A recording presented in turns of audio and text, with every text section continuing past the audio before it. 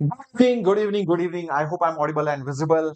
And the final session, your last session before your JEE Mains first attempt, which for most of you will be the last attempt.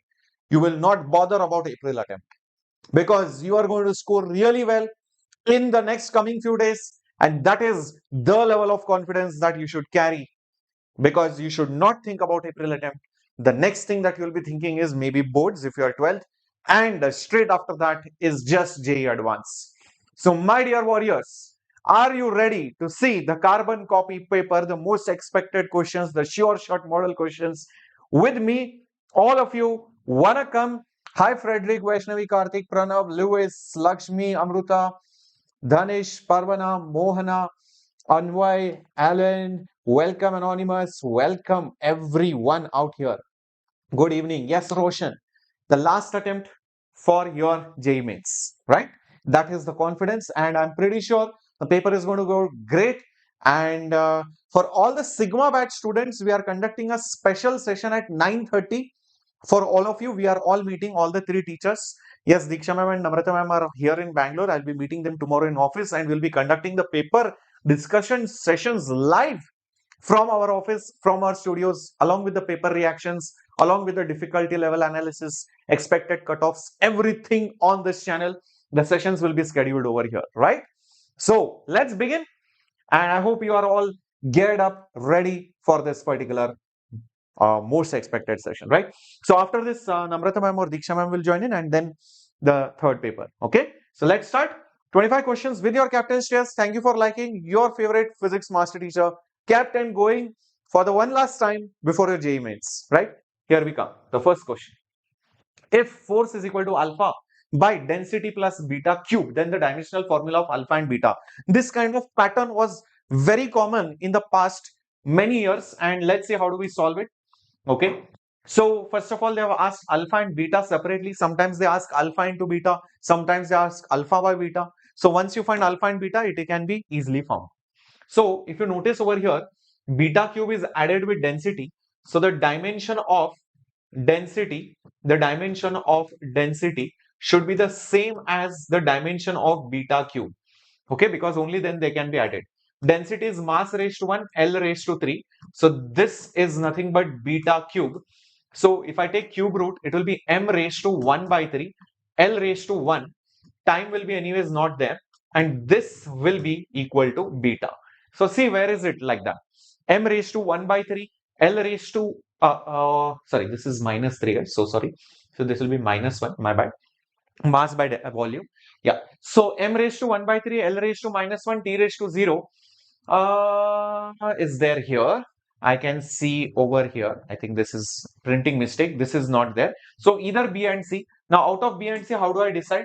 So for that, look at alpha by density is force. So the dimensional formula for force will be the dimensional formula by of alpha divided by dimensional formula for density.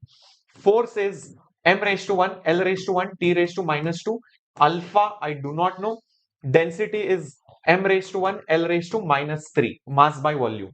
Therefore, alpha's dimension will be, if you multiply this, m into m will become nothing but m raised to 2. L raised to minus 3 and 1 will become L raised to minus 2. Time is only there once, minus 2. That's it. So m square L raised to minus 2, T raised to minus 2 is C option. Absolutely the right one. No, it is not B, guys. Some of you made the mistake. They wrote B. I think you guys are copying whatever was first person says B. You guys are just copied and pasted. No, guys, it is answer C. I just proved it to you right over here. So alpha is this, beta is this. This math error, MRM is a printing mistake. Some extra that mathematical symbols, right? Sometimes, yeah, some things extra get printed. Okay, answer is C. Cool. Shall we go to the next question? Be careful, guys. Let's move to the next one on your screen, and here it comes.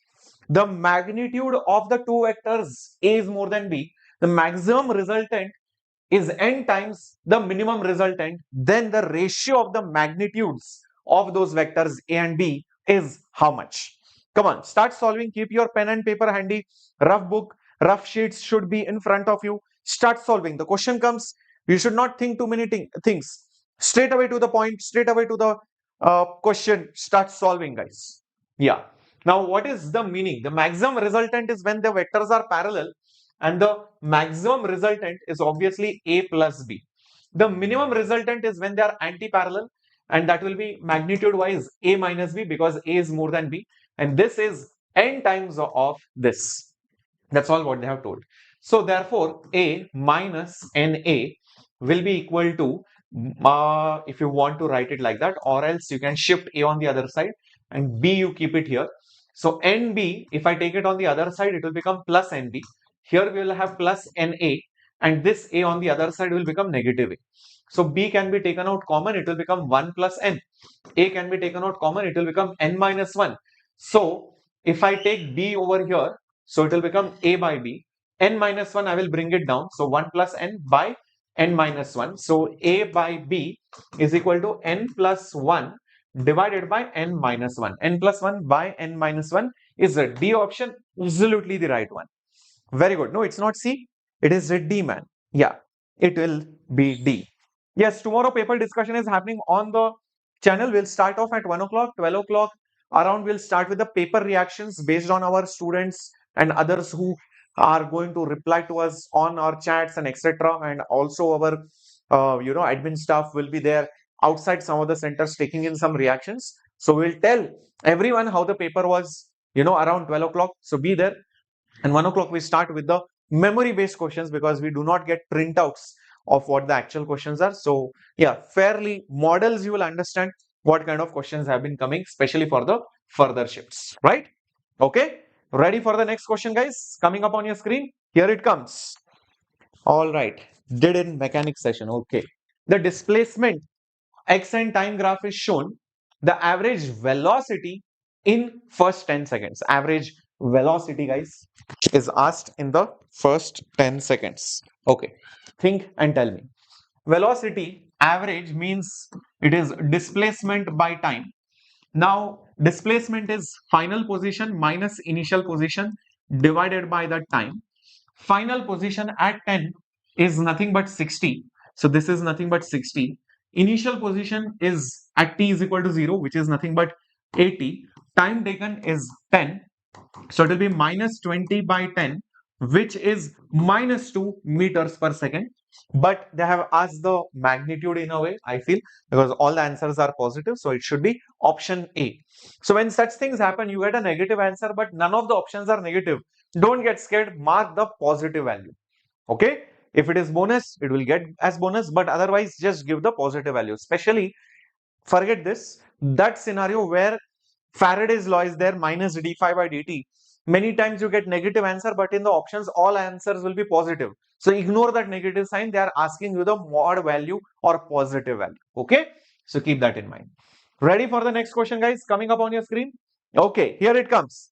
If the horizontal range of a body which is projected with some speed u is 3 times the maximum height, then the range. This was also a very common model which can be repeated, guys. So first frame the given statement in formula. Horizontal range is 3 times the maximum height. So horizontal range is 3 times the maximum height. Now speed is given. The question is range is how much in terms of speeds. So angle I do not know. We can find the angle by substituting the formulas for range, which is 2 times initial speed square sine theta cos theta. If I expand the double angle, divided by gravitational acceleration, 3 times height. Height is u square sine square theta, the whole thing divided by 2g.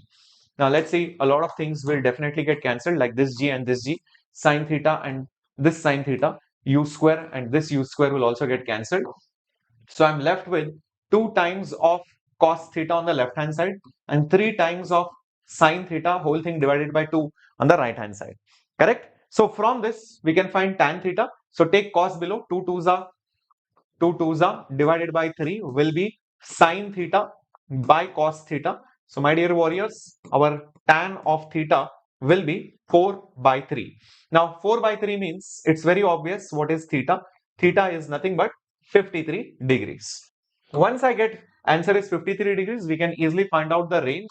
Range is 2 times u square times sine 53 into cos 53 whole thing divided by g.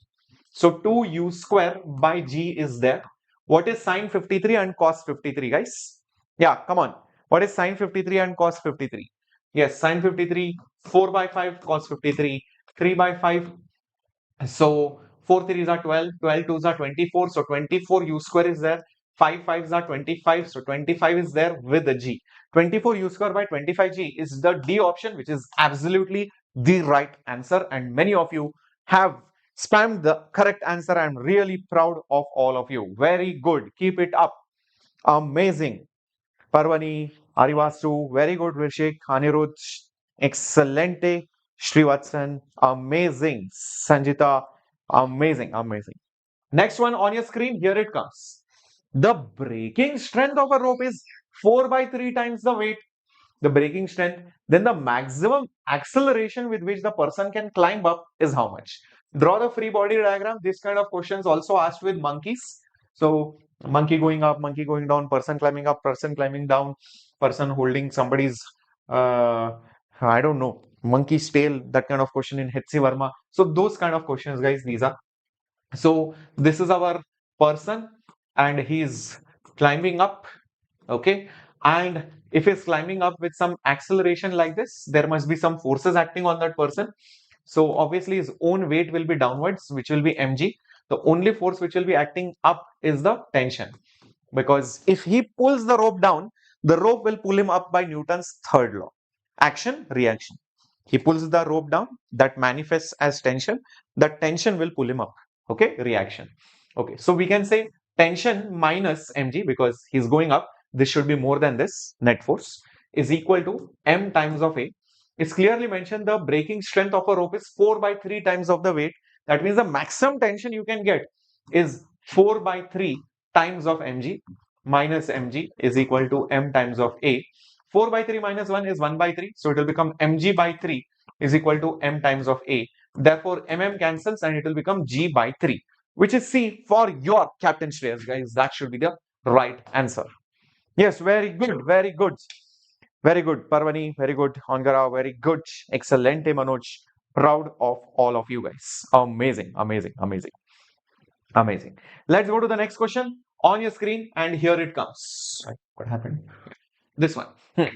If this particular diagram S1 and S2 are identical springs, the oscillation frequency of mass m is f. If one of the spring is removed, the new frequency will become how much? So in the current scenario, how it is shown, this diagram is actually equivalent to saying whenever the springs are side by side and the mass is in between, it's identical to say that the springs are actually in parallel and connected to the mass. That's how it is. So identical springs. So this is K and K. So this diagram and this diagram are the same. So basically they are in parallel. And if they are in parallel, the equivalent spring constant, just add it. It will become K plus K, which is 2K. Therefore, the time period will be 2 pi under root m by total K, which is 2K. So the frequency will be 1 by 2 pi, 1 by 2 pi root of 2K divided by m. That is in this scenario. But what has been asked is that you have now removed one of the springs. So only one spring is remaining with this particular mass. In such a scenario, the frequency will be same logic, 1 by 2 pi. Instead of 2K, it will be just K divided by M. That's it. So if you compare now this and this, and we want to find what is the new frequency going to be. So if I deliberately write 1 by 2K, and if I put 2K divided by M, this 2 was not there, but I have written it just because I want it in this form. So it's obvious that I have to divide it by root of 2. This entire quantity is your f. So it will become f divided by root 2 is the new frequency, which is your D option. Is that clear? So keep in mind when the springs are sideways, very nice trick it is. So then it behaves like parallel, it is not series. But when springs are in parallel, then the formula is of resistors in series. Keep it in mind. It behaves like capacitors. Like capacitors has exact opposite formula for resistors. Same way, springs in parallel, K1 plus K2 plus K3. Springs in series, it is 1 by K1 plus 1 by K2 plus 1 by K3 is equal to 1 by K effective. Okay, keep this in mind. Let's move to the next question. Ready for it? Yeah. Uh, how to crack JEE in one day? It's very simple, man. I mean, like I have told this trick before also. It's very simple. Just go to the center, on time, and make sure that you are signing everywhere properly and follow all the instructions. And after that, once the invigilator is not looking at you, just take your hand, close your fist like this, and hit the computer screen very hard. So hit it 2-3 times until the screen cracks and you see a crack on JEE. So once there will be JEE Mains 2026 written over their question paper, crack on that screen. So the moment the screen cracks, your JEE has been cracked. Okay, it's very simple. All right. A pulse is generated at the lower end of a hanging rope of uniform density and length L. The speed of the pulse when it reaches the midpoint of the rope is how much? Okay, midpoint of that particular rope. So this is our rope, all right, and midpoint. Okay, so when it reaches the midpoint, what happens is this particular pulse which is there, I don't just show it randomly like this, it has some velocity.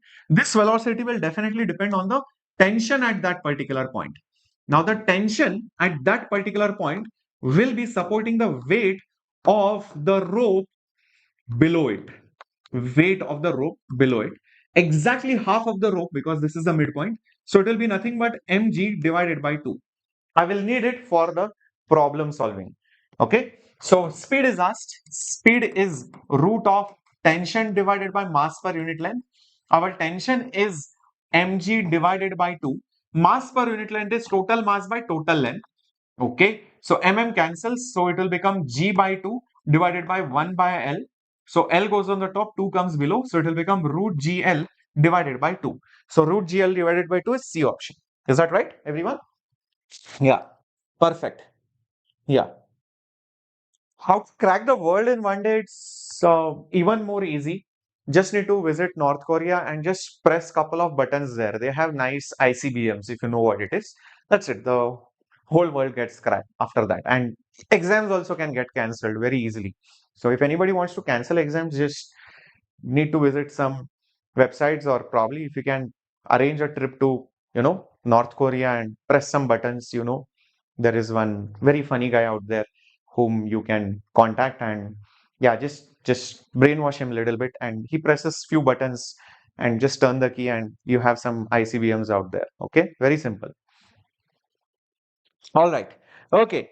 Now, next question, guys, on your screen, and here it is. Question number 8. Come on, guys. Answer, answer, answer, answer. Yeah. An inductor of reactance 1 ohm and resistance of 2 ohms are connected in series to the terminals of 6 volt AC RMS. Okay, the power dissipated in the circuit. Now, power is asked. Power is asked, inductance is given, and resistance is given. So, what is the first thing that you will do? Because power will need VRMS, IRMS into cos phi.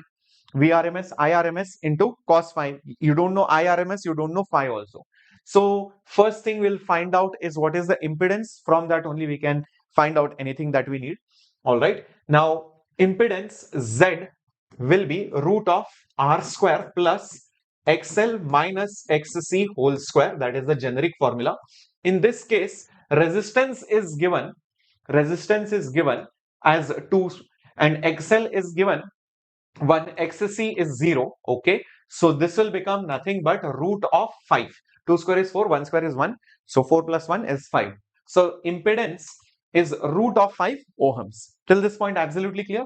Now from this we can find out what is the RMS current. RMS current is RMS voltage divided by total impedance. RMS voltage 6. So 6 divided by root 5 amperes. Now last thing that we need is cos of phi for power factor. Cos phi is nothing but R by Z. Resistance is 2 and Z is basically root 5. That's it. Now we can easily find out what is the power. Power is VRMS IRMS into cos of phi. Okay, what is VRMS, guys? VRMS is given to be 6. IRMS is given to be 6 by root 5. Cos phi will be 2 by root 5. Okay, 6 6 are 36. 36 into 2 will be 72. root 5 into root 5 is 5. So 72 by 5, guys, how much will it be? Yeah, it will be slightly more than 14. So it will be 14.4 watts, which is C option, which is absolutely the right one. Got it? Very good. C for Captain Shreyas. That is your right answer, man. Very nice. Very nice. Moving on to the next one on your screen. Galvanometer has a coil of 100 ohms, gives full deflection at 30 milliamperes. Okay. If it has to be changed into a voltmeter, 30 volts range, then the resistance required to be added. First of all, to convert it into a voltmeter, you need to connect a resistor in series, not in parallel, not in shunt, in series. So this is your device which can measure current. This is your device which can measure current. It has a resistance of 100 ohms. You will connect with it a series resistance, which I do not know how much it will be. And you will now connect it across the device where you want to measure the voltage. Now, the voltage which you are trying to measure, the maximum value is basically given to be 30 volts. 30 volts. And the maximum current which can flow in this circuit is given as 30 milliamperes. It's already mentioned it is 30 milliamperes, more than 30 milliamperes, it will burn, right? Both are in series, so same current will pass. So it's quite obvious now. This entire voltage drop will be the current multiplied by the effective resistance. But this effective resistance is of series because both of them are in series. So the voltage difference is 30. Current is 30 milliamperes. So 30 into 10 to the power negative 3. Resistance is this plus this, which is 100 plus R, of course. 30 and 30 will cancel. 10 raised to minus 3 on this side will become plus 3. And you will have 100 plus R. So therefore, R will be 10 raised to 3 is 1000. 1000 minus 100. So 1000 minus 100 is 900, obviously in ohms. 900 ohms is option A, which is absolutely the correct answer. So if you know the circuit diagram, it becomes easy. Otherwise, you will waste a lot of time in remembering the formulas or what was what is not given, what is given. So I always have told this for voltmeter and ammeters, never use direct formulas. Draw the circuit and then use Ohm's law series parallel combination and you will get the answer. Yeah, option A, perfectly correct. A solid sphere is rolling without slipping on a horizontal plane. Then the ratio of the rotational and total. Standard question on rolling, multiple times in the previous years they have asked it. So very common question which can be asked. So guys, they have asked the ratio of the rotational and the total kinetic energy. Kinetic energy of translation is just half mv square. Kinetic energy of rotation, kinetic energy of rotation is half I omega square. In this case, moment of inertia is 2 by 5 mr square and omega is v by r. So if I solve this, I will notice that 2 will cancel, rr will cancel, so it will become mv square divided by 5. Now from this, we can add them up and we can figure out how much is the net kinetic energy, which is half mv square plus mv square divided by 5. So 2 and 5 LCM is 10. mv square will remain as it is. So it will become 5 plus 2 over here, which will then become 7 by 10 mv square. Now what is given in the question? The ratio of rotational upon the total kinetic energy. Rotational kinetic energy, we just got it as mv square by 5. Total energy, we got 7 by 10 mv square. mv square cancels. 10 goes on the top, 7 remains. This 5 goes below. Cancels with 10 becomes 2. So 2 by 7 should be the answer, which is B for IIT Bombay. Okay. So if you know the method, you can do it directly like this, or else you will, if you have not seen such models, it will take some time. So practice this model, guys. Very important model. All the models, whatever I am doing, are very, very important. Okay. Moving on to the next question on your screen. The 11th question is here. The given graph shows load and elongation of a wire whose length is a meter, area of cross section is 1 millimeter square. The Young's modulus is how much? Let's try and recollect what was Young's modulus. From that, we might get idea of whether we should use slope, area, or something else. Young's modulus was stress by strain. Stress is force by area divided by change in length upon original length. So I have force by area and over here x and over here length. So I think I know the value of length, which is a meter. I know how much is area also, 1 millimeter square. So 1 into 10 to the power minus 6 meters, sorry, minus 6 only, because millimeter is minus 3 meters. So square it will become minus 6. So I know L, I know A. That much is done. How much is the force and X? You can look over here. Okay, so load is given and elongation is given. You can take any one. So let's say I take elongation is 1, what is it, millimeter. So elongation is 1 millimeter, means 10 to the power minus 3 meters. For that, the load is 20, but it is in Newton. So it will be 20. That's it. So that is it. So this will become 20 multiplied by minus 3, and minus 6 will become plus 9. So 20 into 10 to the power 9, or 2 into 10 to the power 10 Newton per meter square. So 2 into 10 to the power 10, which is option B, is absolutely the right answer. Okay, you can take any point, guys. Okay, because this and this or this and this doesn't matter. Corresponding points, if you take, you will get the answer. It's basically kind of the slope only, if you think practically. Is that right? Shall we go ahead to the next one on your screen? Here it comes, guys. The magnetic moment in a diamagnetic atom is, wow, this is a theoretical question. You know it, or you don't know it, you have to leave such a question. Okay, simple. Yeah. Yes. EM and AC is obviously important, man. Can we get at least 12, 14 questions in JEE from these models? I'm not saying 12 to 14. If you're lucky, you can get 12 to 14, but at least you'll get some 4 or 5 questions, bare minimum. Bare minimum. Yeah. Come on, guys. What do you think? What do you think? Magnetic moment of a diamagnetic atom. See, in a diamagnetic atom, the atom itself does not have magnetic moment. Yes, the atom itself does not have any magnetic moment, the magnetic moment in case of a diamagnetic. Whereas for a paramagnetic or ferromagnetic materials, then you will see the atom has a magnetic moment. Okay, so guys, the answer will be 0, which is D option. Yeah, it should be D option. No, it is not between 0 and 1. What you are talking about is completely different. That is relative permeability. So you should know what are those values.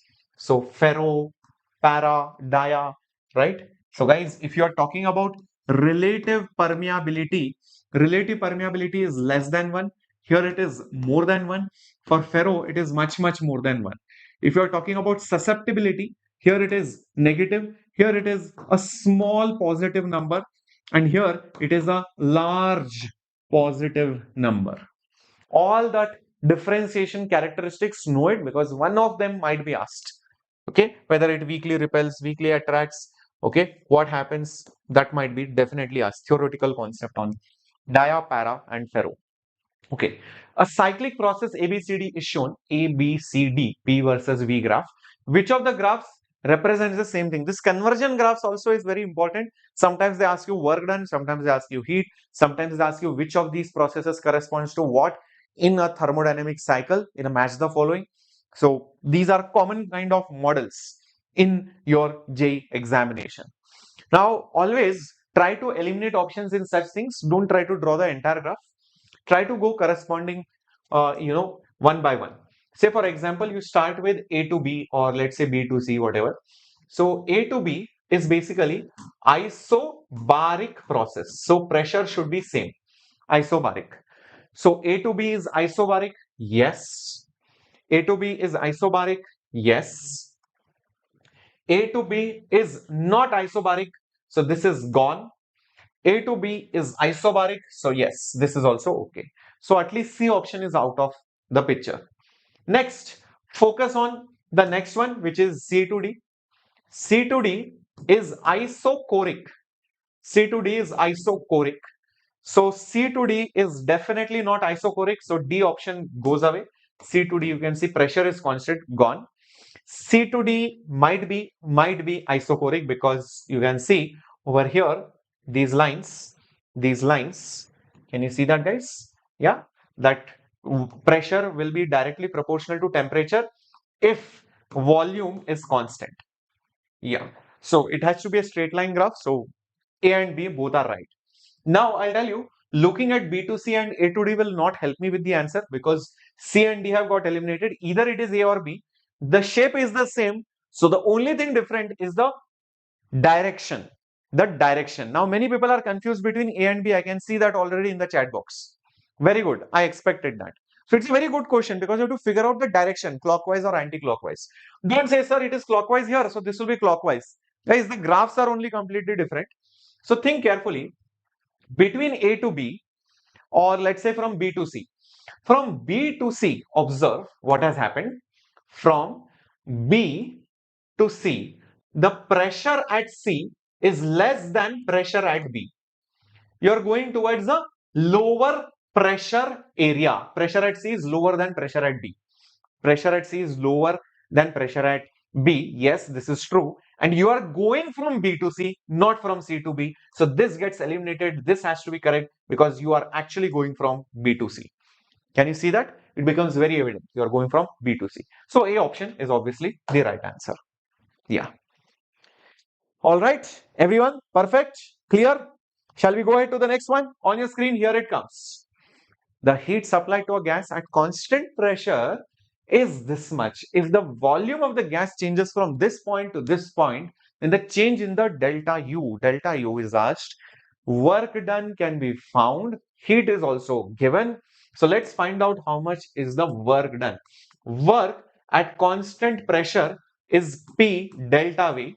So pressure is 5 into 10 to the power 5 and delta V is 2.5 minus 1, which is 1.5. So 5 multiplied by 1.5 into 10 to the power 5, which gives me 7.5. 5 into 15 is 75. So into 10 to the power 5, this will be in joules. But that's not what I need. I need delta U. We all know Q is delta U plus work done by first law. So delta U will be Q minus the work done. Work is taken on this side. The heat is already given as 1000 kilo. Kilo is 10 to the power 3. And this is 7.5 into 10 to the power 5. Maybe I can write it in 10 to the power 5. So this will become 10 into 10 to the power 5 minus 7.5 into 10 to the power 5. 10 minus 7.5 is 2.5. So 2.5 into 10 to the power 5, what they have given in kilojoules. So 2.5, one of the decimal is followed by 1 0, becomes 10 to the power 4. I swallow one more 0, it becomes 250. And then you are left with 10 to the power 3 in joules. So this is 250 kilojoules. 250 kilojoules is option A. Yeah, be careful with the units and the powers, otherwise it's a fairly easy question. Okay, first law of thermodynamics and work done formula, guys. Perfect. Let's move to the next question on your screen. Particle is executing SHM, amplitude is given, the ratio of the kinetic energies when the displacement is A by 4 and A by 2 is how much? Kinetic energy, position is given. For kinetic energy, I need speed. Mass ratio will get cancelled anyways, same particle. So for speed and x, there is a relationship. Yes. So kinetic energy is half mv square and our velocity, remember, was omega root a square minus x square. This is square. So when I expand it, it will become half m omega square whole thing into a square minus x square because the root will get cancelled. Okay, now comes the next part. We have to find the ratio of the kinetic energies. So when I take k1 by k2, half m omega square will anyways go out. So it will be a square minus x1 square by a square minus x2 square. So a is a only, x1 is a by 4, so a by 4 whole square, and x2 will be a by 2, so a by 2 whole square. A will get cancelled out from this entire thing. 1 by 4 whole square is 1 by 16 and 1 by 2 square is 1 by 4. So 16 minus 1 by 16 divided by 4 minus 1 by 4. 16 minus 1 is 15 by 16 and this is nothing but 3 by 4. Rewriting it, 15 is there, 16 is there. Then your 4 goes on the top, 3 stays below. 4 goes with 16, you are left with 4. 3 goes with 15, 5. So 5 by 4, which is C option. Absolutely the right. Okay. So maintain this speed, guys. Yeah. So if you know the formulas, it becomes simple or else you'll be stuck. Okay, let's move to the next question on your screen. Question number 16. The equation of a wave on a string whose length is given is this equation. X and y are in centimeters and t is in second. Mass of the string is 3 grams. Then the tension is how many newtons? Everything is given in centimeters. The catch is, in the end, the tension is asked in newtons. So if you want, you can solve the problem in CGS units till the end, and then you can convert it into newtons if you want to. Okay, that will also work. So if you notice over here, this is basically your K. This is nothing but your omega t and kx. So wave speed is omega by k.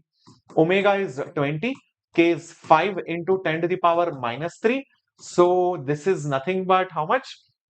20 by 5 is 4 into 10 to the power 3 centimeters per second.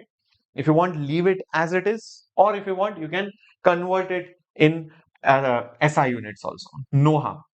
Now, once I get velocity, I know velocity is related to tension and mass per unit length as well. And velocity is given by root of tension by mu. Now, the tension is what? I do not know. Mu is mass per unit length. The mass of the string is given to be 3 grams per unit length, which is 80 centimeters, guys.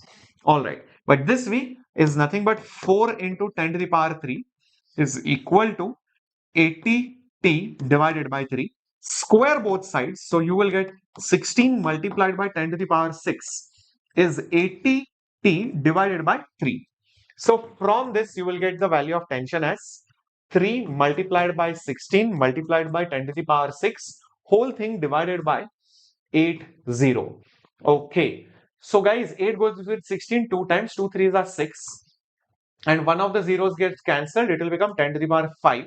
But be careful, this is not newtons, this is dienes. And what's the conversion factor? 1 newton is 10 to the power 5 dienes, so this will be obviously 6 newton. So stay till the end with CGS units. In the end, we just convert it because that was the easier way of doing, or else you'll be doing a lot of powers, calculation, unnecessary. Answer is 6 newton. Cool. Yeah, very good, guys. 6 Newton, very good. Aura, Fatim, Tribhuwana, awesome. Awesome, Mithun, very good. Shavi, very good. Vellore, amazing, amazing. Let's go to the next question on your screen. Here it comes. In a closed organ pipe, the number of notes formed in the fifth and the ninth harmonic are respectively fifth and the ninth harmonic for a closed organ pipe. If you're talking about a closed organ pipe, how does it go? So see, guys, in the first harmonic, it will be like this, the standing wave pattern. Second harmonic, it will be, second will not exist. It will be directly third. Then you will have like this. This will be directly the fifth harmonic. Is that right? And then you will have the seventh harmonic, 1, 2, 3, and like this.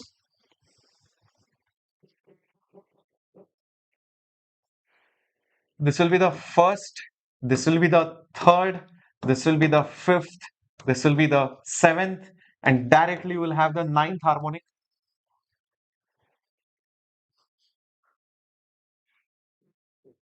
This is how it will look like. The question is, how many nodes will be there, in fifth and ninth harmonic? If you see the fifth harmonic, it's very easy to calculate this 1, 2, 3 nodes. In ninth harmonic, 1, 2, 3, 4, 5.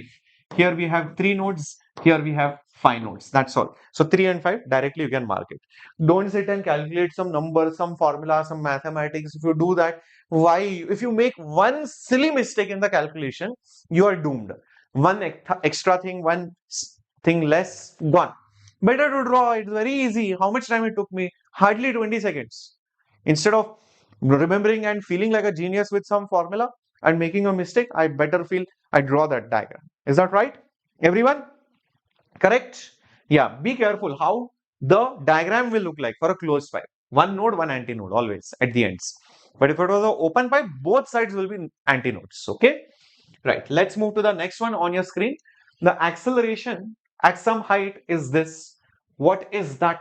The acceleration due to gravity at this height is how much. They have asked what is the acceleration due to gravity.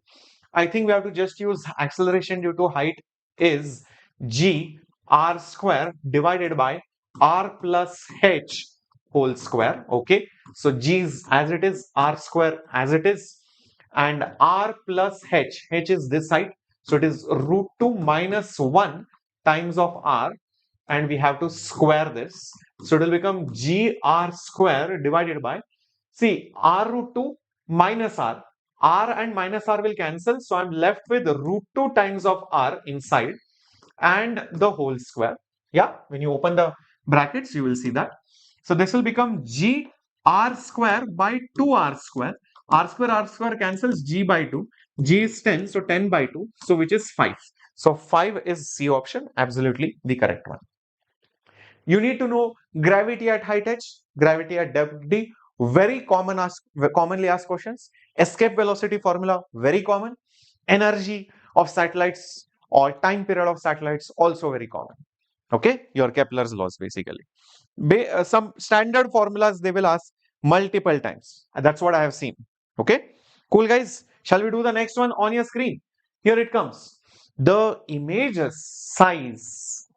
of same size are formed by a convex lens when an object is placed either at 20 or at 10. The focal length is how much? Now I know many kids will misunderstand this question. They will think the magnification is 1. But let me tell you, that is not what is given. Images of the same size means the object might be small or image might be big. But if you change the object position, the image will also change the position. Those two images are of the same size.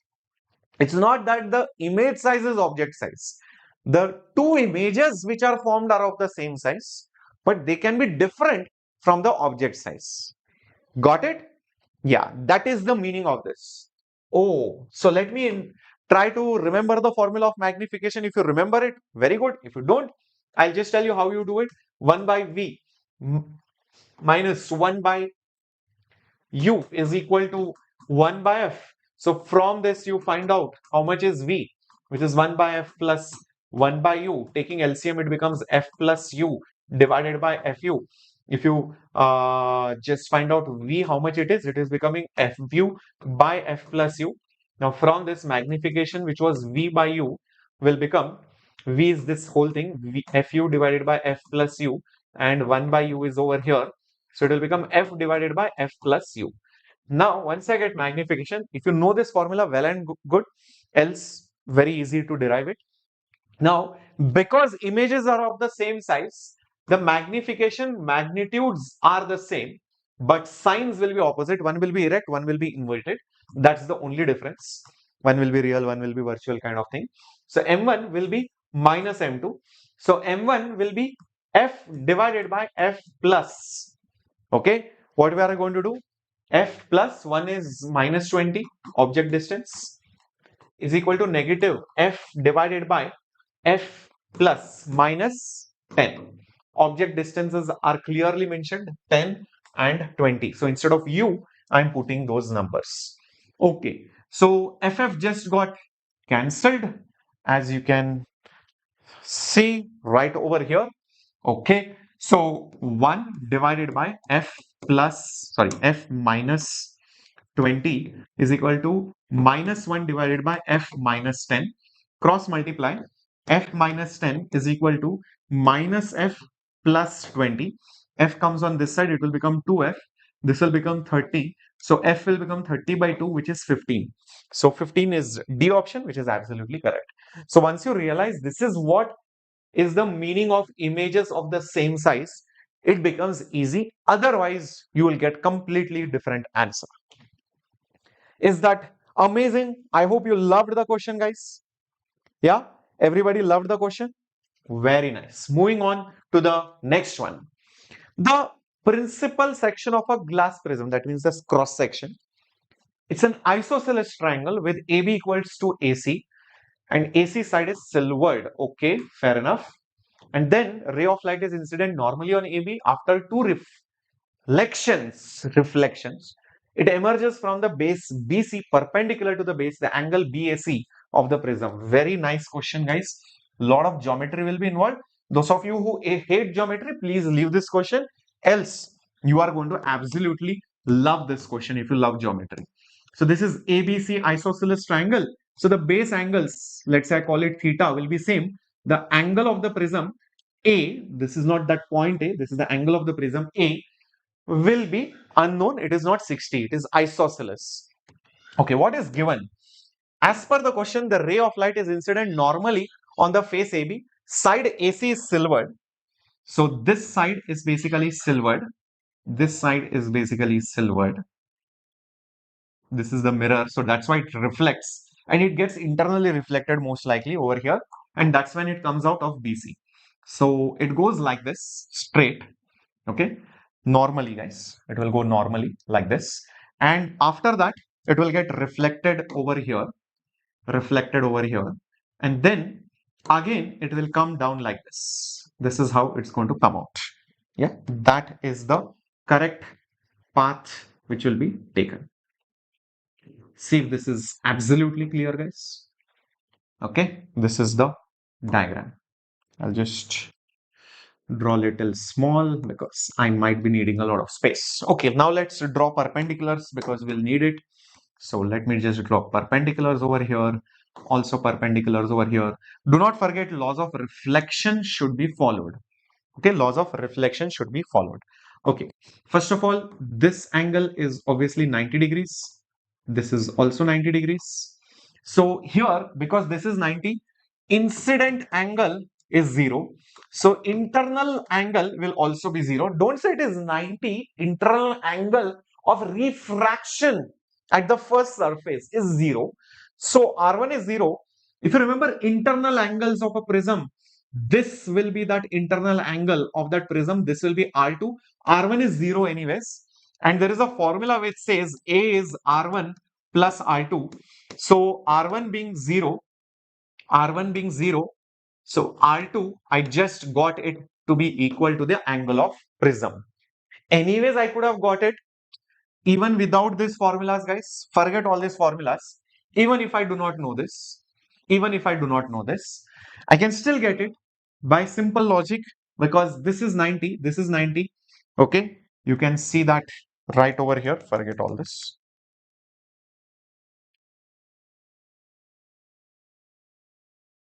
Okay, if this is A, okay, this is 90, this is 90. This angle is obviously 90 minus A. So naturally, this particular angle that you see, because this is 90 degrees, so that should be A. Anyways, you will get that. Next, if this angle is A, it's obvious that because of reflection, incident angle should be reflected angle. So this will be also A. Next, this is a right angle triangle. So over here, this particular angle that you are seeing, because this is 90 and this is 2A. So that angle will be 90 minus 2A. That will be 90 minus 2A. If that is 90 minus 2A, since these two angles will be equal, this angle should be equal to this angle. So hence this angle will also be 90 minus 2A. But these two are complementary of each other. So therefore 90 minus 2A, 90 minus 2A will be also 90 minus theta. Because this angle otherwise, if this is theta, this should have been 90 minus theta because this angle is 90 degree. Is that clear? So now 90 will cancel. 90 will cancel. Bring theta over here. Theta will be nothing but 2 times of A. Okay, theta is 2 times of A. This is the first thing that we got. Now, if you take big triangle, isosceles, the sum of the angles should be 180. A plus base angles should be 180. And we want to find A, isn't it? So theta is 2A. Theta is 2A is 180.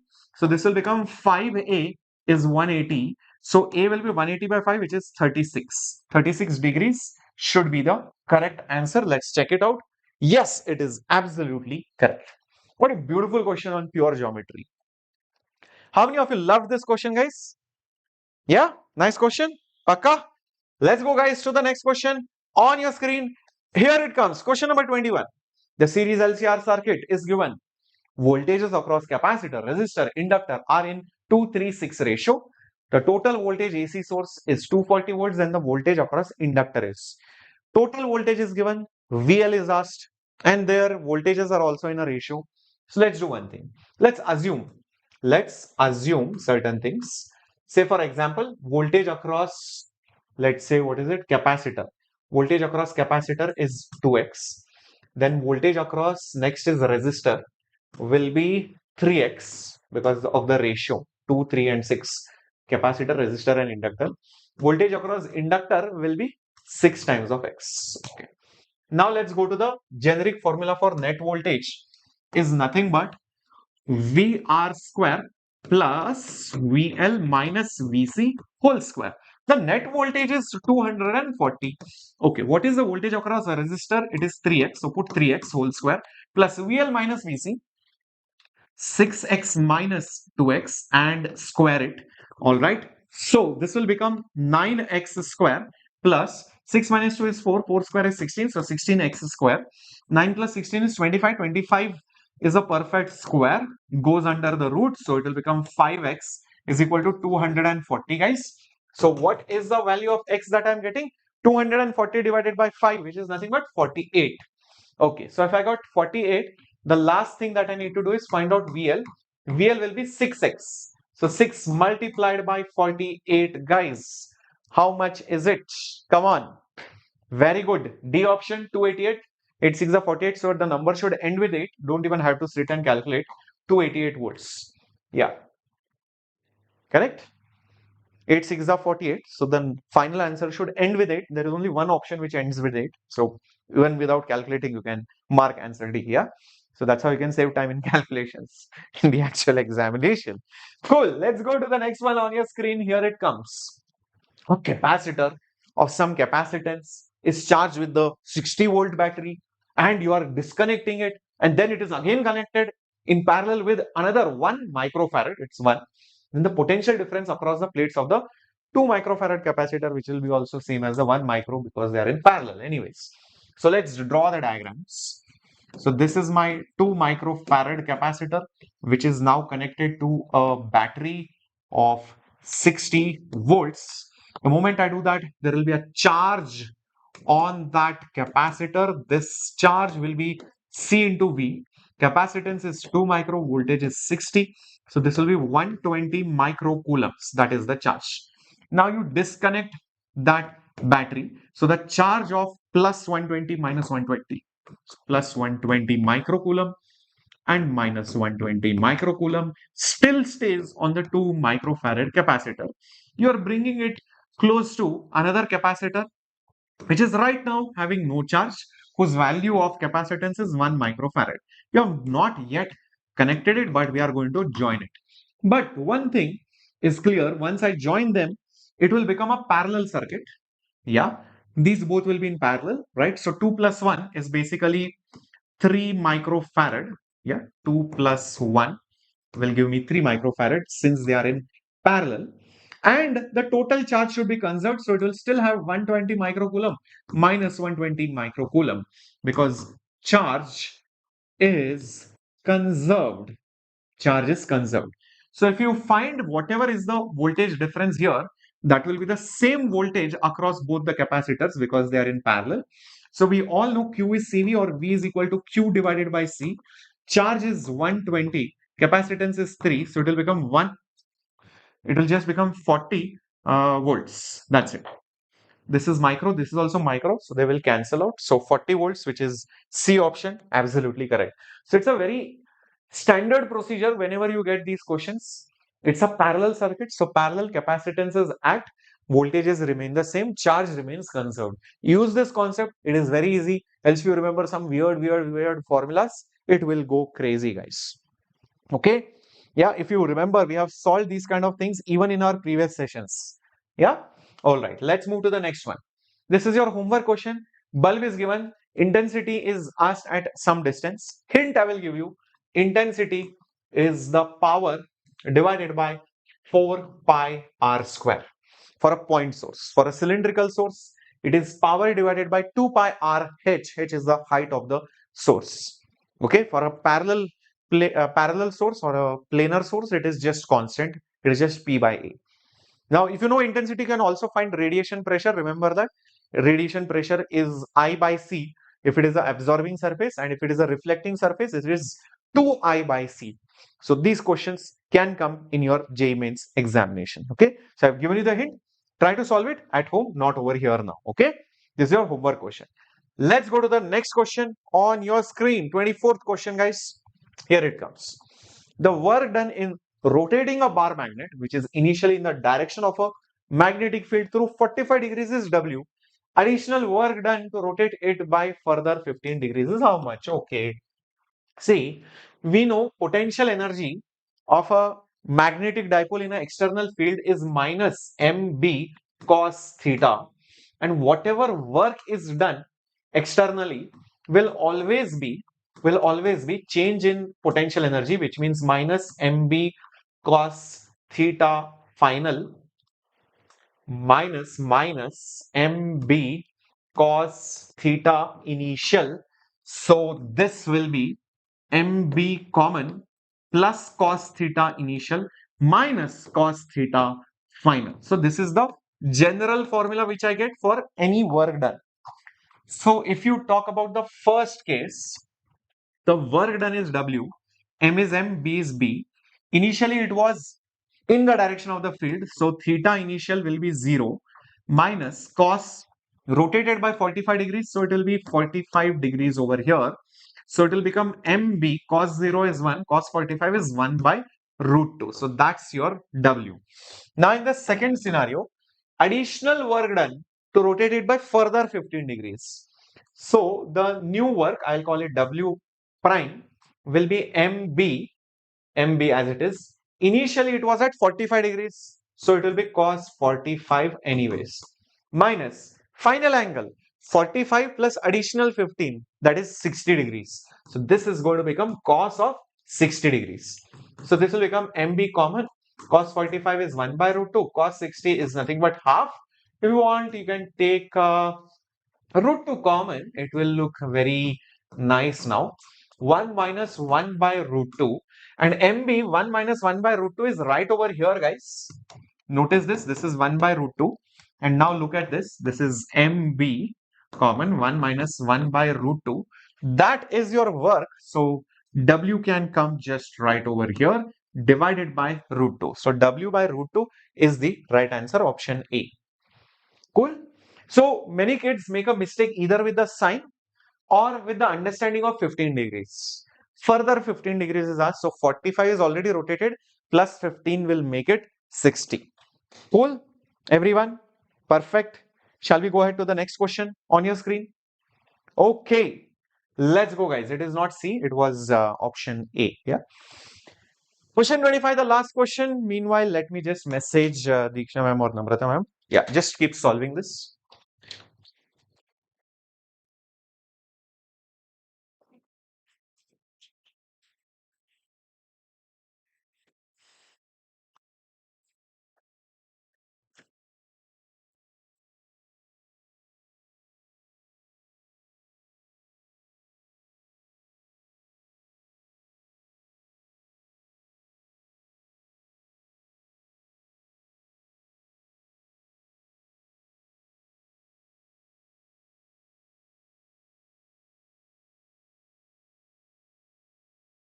Class will be around till 9 o'clock.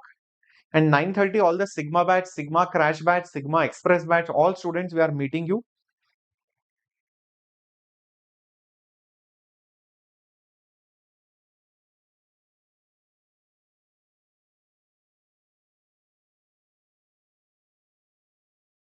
Yeah. Okay, let's see.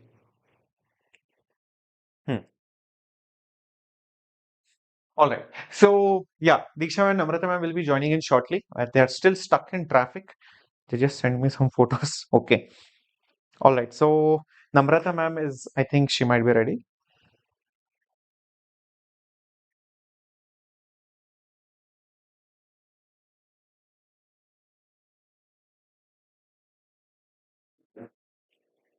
All right.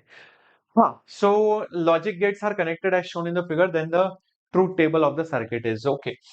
Modern physics we solved, no, one or two questions, and this is also, you can say this is from modern physics.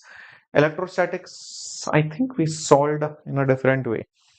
Maybe sometimes, it can happen that one or two questions from one chapter might not come or might be uh, asked more. Like last year, there were many sets which did not have EMI only, which did not have eye defects and optical instruments. Yeah, sometimes it didn't have heat or heat transfer also. So it is quite possible. Anyways, so let's try to solve this. This is A, this is B. So this point over here, this is AND gate. So this will be A dot B. This is OR gate. So this will become A or B. This is a NAND gate. So first you do AND operation. So you take A dot B and A plus B. Here at this point, you are first going to do AND operation, that means dot, and then there is a NOT gate, that means a complete bar over here. Is that right, my dear warriors? This is what you are going to get. Okay. Now use De Morgan's principle and you will see some funny things happening. Let's try to simplify. I don't know. Otherwise, it will be a very lengthy process. I'm just trying to simplify if possible at all. Okay, if I use De Morgan's principle, it will become A dot B bar. This dot will become plus and A plus B whole bar. Again, I will use De Morgan's, guys. Yeah. So A dot B bar is A bar plus B bar. And this A plus B whole bar is A bar dot B bar. Okay. Now, what we can do is we can take B bar, I can say I'll take it common. So if I take B bar common, it will become 1 plus A bar. Now 1 plus A bar is always going to be 1. 1 plus A bar. Like say for example, A bar is 0, 0 plus 1 is 1. 1 plus 1 is also 1. This is the OR operation. If one of the inputs is correct, the output will be always true. So this is true. So when I OR it with either 0 or 1, doesn't matter, the output should be 1. This is a AND operation. So when I do 0 dot 1, the answer will be 0. When I do 1 dot 1, the answer will be 1. So when I dot it with 1, the answer is always this, whatever thing. So it will be A bar plus B bar. Now A bar plus B bar is nothing but A dot B using De Morgan whole bar. So this is nothing but a NAND gate. This is nothing but a NAND gate. So where do you see a NAND gate? I think it is B option. Yeah, directly. Yeah, can you see this is a NAND gate? 0, 0 would have been 0. This would be 0, 0. Both true, it will be 1 if it was an AND gate. So NAND is exactly opposite of that. So sometimes simplifying makes sense rather than, wasting time. All right. Okay. All right. All right. Yeah. So, my dear warriors, this was the final question, and you can now download the PDF after some time. But the session is not over. Chemistry and mathematics will start. Diksha ma'am is about to start the session from the studio. Don't worry. The session will continue, and then Namrata ma'am. So, my dear warriors, it's it's been a crazy, crazy year with all of you. A lot of you have been there from the beginning. Many of you joined probably near the very end. But in any case, the fact is that you found this channel, which is a golden channel, trust me, and you found the best master teachers. So, my dear warriors, we are with you continuously taking YouTube classes. Plus, we also have our batch classes and everything else. So, plus we do our research, our other things, and we have stood with you for a quite long time, and we'll continue doing so, in the near future. And my dear warriors, now it's time that we say all the best. We say good luck. We say, do your best, whatever you can, and feel confident.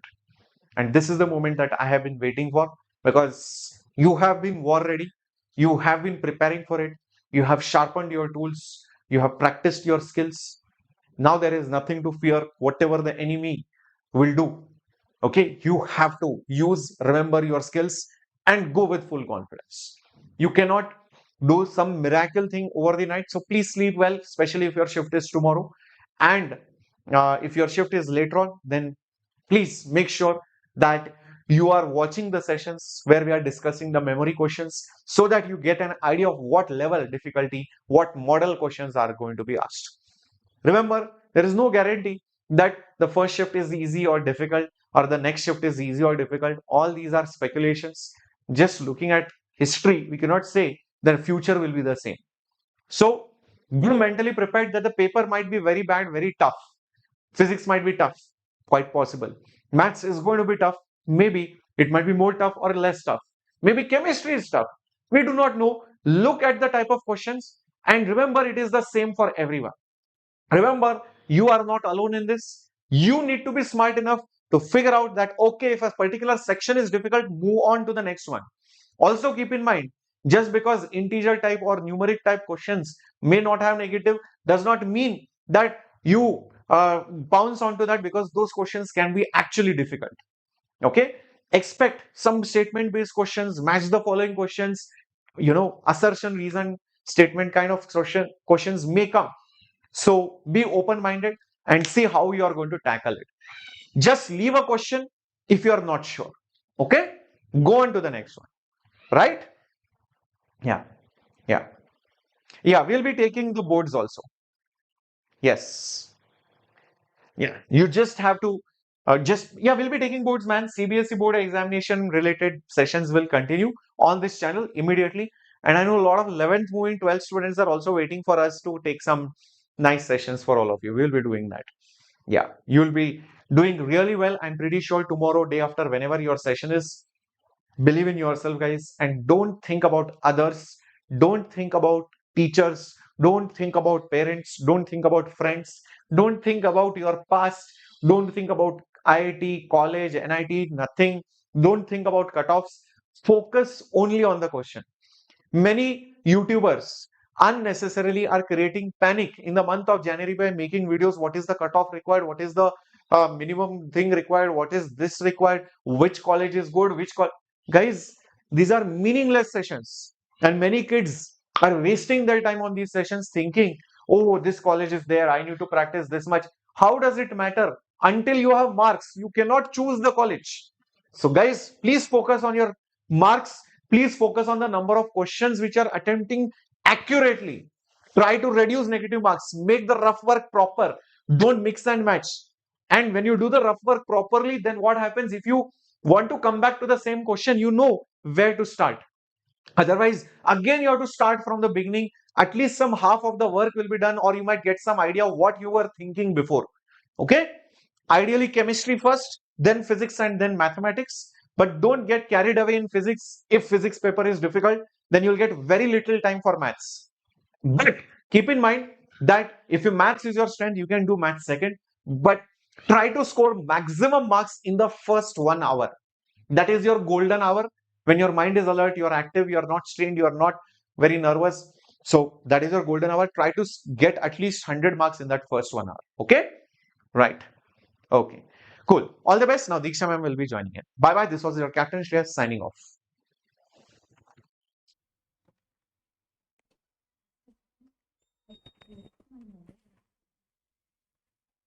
It's on.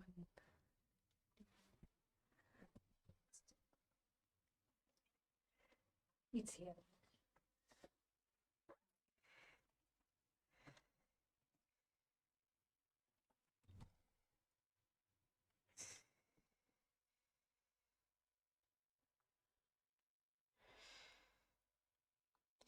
Hello, hi everyone. Welcome to the class. Welcome to Vedantu JEE English.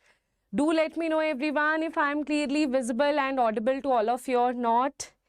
Everyone in the comment section, in the chat box. Very, very good evening. Very, very good evening. Now, all the students who have their exam tomorrow, let me know in the chat box. Voice is there, yeah? Voice is there. Ma'am, so far. Voice is coming from far. No voice. Voice is there. Uh, You are clearly audible. Okay. Vanakkam, vanakkam, vanakkam. Yes. Namaskaram, vanakkam, everyone. Yes. So it is clearly visible and audible. Do let me know, everyone, in the chat box. Is it clearly visible and audible? Everybody, do let me know. And also, just give me a second.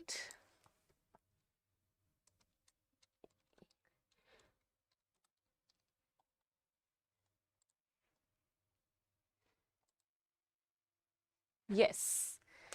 Perfecto, perfecto. Yes.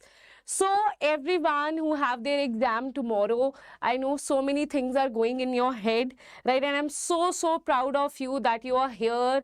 You're not lying on the bed and crying that, ma'am, I don't want to study or anything, but you are here.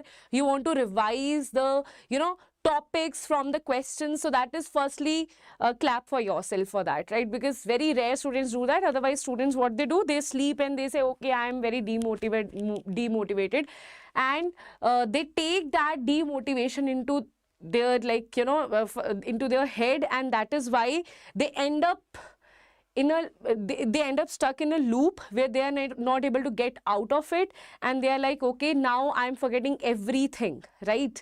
And then they lose their confidence, right? So it's very good that you are here, you are giving your mock test, right? So that is your final mock test before your exam, those who have their exam tomorrow. Let's start with the chemistry section. After this, Namrata ma'am is going to take the physics, the mathematics section, right? Okay. Yes. Now let's see. First is a compound X contains. Firstly, tell me what is the, whenever you see a question, one thing should get into your head. What is the topic of this question, right? So if you see this here, a compound X contains 32% of A, 20% of B, remaining percentage of C, then empirical formula they are asking you. So this is from the empirical formula. How do we calculate it? So guys, this is A, this is B, and this is C. Right? So how do we write it? We simply write it this way. Firstly, we write that what is the atomic number, right? And divided, what is the given mass divided by the atomic number. So given mass is what? For A, it contains 32%, right? For B, it contains 20%. For C, it contains what percent? Remaining of it is, that is 42, that will be 54. Right? 30, 40, 50, 52, right? So 52, it will be 48, right? So 48. Now, given mass is divided by what? Yes, everybody, given mass is divided by the atomic number. So they have also given you the atomic number here. That is 64 here, it is 40 here, and this is 32 here. Once you solve this, this will be 1 by 2, this will be 1 by 2 again. This will be 3 by 2, right? Yes, 3 by 2, right? After this, this will be 3 by 2. Now you convert it into simplest whole number ratio, that you multiply this with a simple number that will convert it into a simple whole number ratio. This will cancel, this will cancel, this will cancel. Here you will have 1, here you will have 1, and here you will have 3. So answer will be A, B, C. A is 1, B is 1, C is 2. So A, B, C 2, A, B, C 2, A, B, C 3, A, B, C 3. My bad. Okay, A, B, C 3, B is the correct answer here. Right? Okay, everybody, perfecto. Yes. So also mark your marks, okay? Let's mark the marks also, how many marks you're getting in chemistry, right? So even if you don't want to mark the marks, just tell me how many questions out of this you will get right. This is the first question that you're getting right, right? So write 1 on your notebook or pen wherever you're solving this. Second question is from structure of atom, and what they are telling you, the quantum numbers of 4 electrons are given below, right? So 4, firstly, see, 2 things are given here. Firstly, though, you have to write it down in the form of energy, right? So firstly, you should know what are these orbitals. It's 1s, 2s, 3s. Then we will apply n plus L rule, right? So from one question, two things they are asking you, right? Two things they are asking you from one question. Yes, everybody. So tell me, what is the, spam it in the chat box, what is the correct answer according to you? So this is 4, right? This will be 0, 1, 2, SPD. This is 4D. This is 3D. This is going to be 4P. This is 3 and L is 1. So it is 3P. Or you can just write it down. More is the value of N plus L. N plus L is directly proportional to the energy, right? More is the value of N plus L, more will be the energy here. So if I say N plus value is 6 here, here it is 5, here it is 5, and here it is 4. So definitely one thing I can say, that energy will be maximum in first, then minimum in fourth. Now, I don't know about second and third because their N plus L value is same. So, when N plus value is same, right, then we consider the value of N. More the value of N, more will be the value of the energy. So, it is 4 value is more as compared to 3. So, this will have more value. So, this is 3 and this is going to be 2 here. So, answer will be 1, 3, 2, 4. 1, 3, you are absolutely correct. B, I can see it over here in the, yes.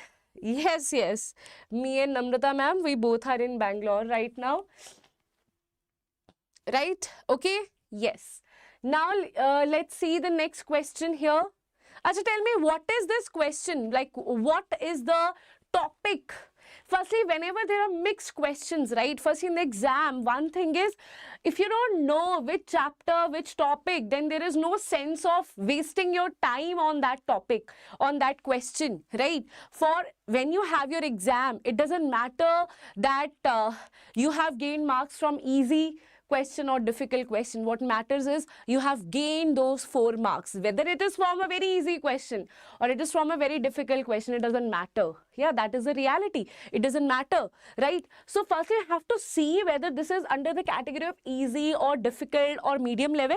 Do you know how to solve this question or not? If you don't know, skip it right away. Don't waste your time. Your mind should be prepared for that, right? So for the reaction equilibrium, this is given to you. This is Haber's process. They are saying Lee-Chatelier principle.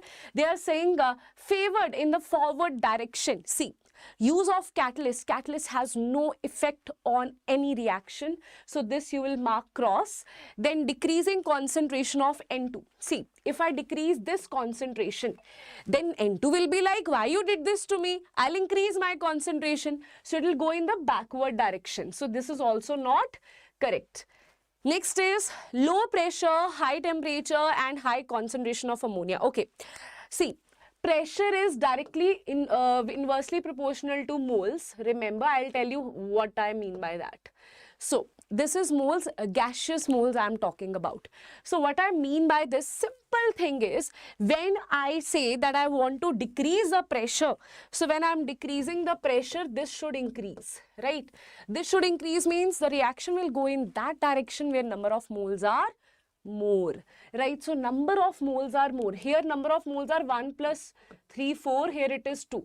So it is in the backward direction. So this is absolutely not correct. Answer is D. That is the only option that we are left with, right? But yes, we'll also see what is the concept here. High pressure, yes, it will go in that direction where number of moles are less. So that number of moles are less on the product side. Okay, perfect. Temperature. Now this is an exothermic reaction. Now remember, for an exothermic reaction, temperature and equilibrium constant are inversely proportional. For endothermic, they are directly proportional, right? So here if I want to take it in the forward direction, K will increase. That means temperature should decrease. So low temperature is there. Very good. High concentration of H2. If you what you do, if you increase the concentration of H2, it will try to decrease it. Decrease will be there. When it is consumed, it will be in the forward direction. So answer is absolutely D is the correct answer here, right? Okay, everybody, do let me know if there is any problem. Do let me know, guys, if there is any problem in that. Oh, okay. Right, everyone? If there is any problem, do let me know, everybody. Yes, very good, very good, very good. So, next question on your screen. Let's talk about this question here, everyone. Let's talk about this question here. Right? Yes, everybody. For a given exothermic reaction, Kp and Kp dash are equilibrium constants at temperature T1 and T2. Assuming that heat of reaction is constant in temperature range, heat of reaction between this and this, okay. So, firstly, they are saying it is exothermic reaction, that means delta H will be negative, right? Now, this will be solved by Clausius-Clapeyron equation, right? Okay, yes. Now, this is the Clausius-Clapeyron equation, right? Oh, what just happened? Yes, okay. This is the Clausius-Clapeyron equation. Now, in this equation, what we simply will say that this is increasing. We are saying given keep this are equilibrium constant. That means for Kp you have T1, for Kp dash you have T2, right? That means for Kp the corresponding temperature is T1. For this it is T2, right? They are saying that heat of the reaction is temperature range is this. So what we want to say that if this is exothermic, this is minus delta H. If I say this is negative, right? And I know that the temperature here is, the temperature of T2 is higher than this. The temperature is like this. Temperature is increasing here. So what is the value of this thing? 1 by T2 minus 1 by T1. That is nothing but it is T1 into T2. This is T1 minus T2. So if T2 is greater, that means this whole value will be negative. So if I say this value is negative, this value is negative, 3 times negative means overall it will be negative. Odd number times negative, negative, right? So that means log of Kp dash by Kp is a negative, right? Now I know that log of Kp dash by Kp can also be written as log of Kp dash minus log of Kp. Now, if this is so, that simply means if this value is negative, that means this, the value that you're subtracting is greater. That means log of Kp is greater than log of Kp dash. Isn't it? Now, if I say log of Kp is greater than log of Kp dash, now tell me one thing. When this is possible? When Kp is greater than Kp dash? So, that is your answer here. And that is why here you will say answer is A. Now tell me if this is clear or not.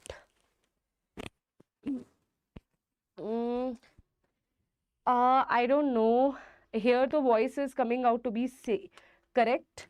Do let me know if anyone else also is facing the same problem. If anyone else also is facing the same problem, do let me know. Okay?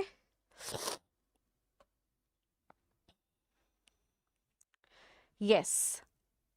Okay, tell me. This question is clear to everyone. I am speaking with all my force, right? The amount of energy I have, right? I am speaking with all that amount of energy that I have, right? So, I don't know. Yes. Voice clear? Okay. Done? Yes. Now, let's see the next question here. That is, following solution is given to you. Right?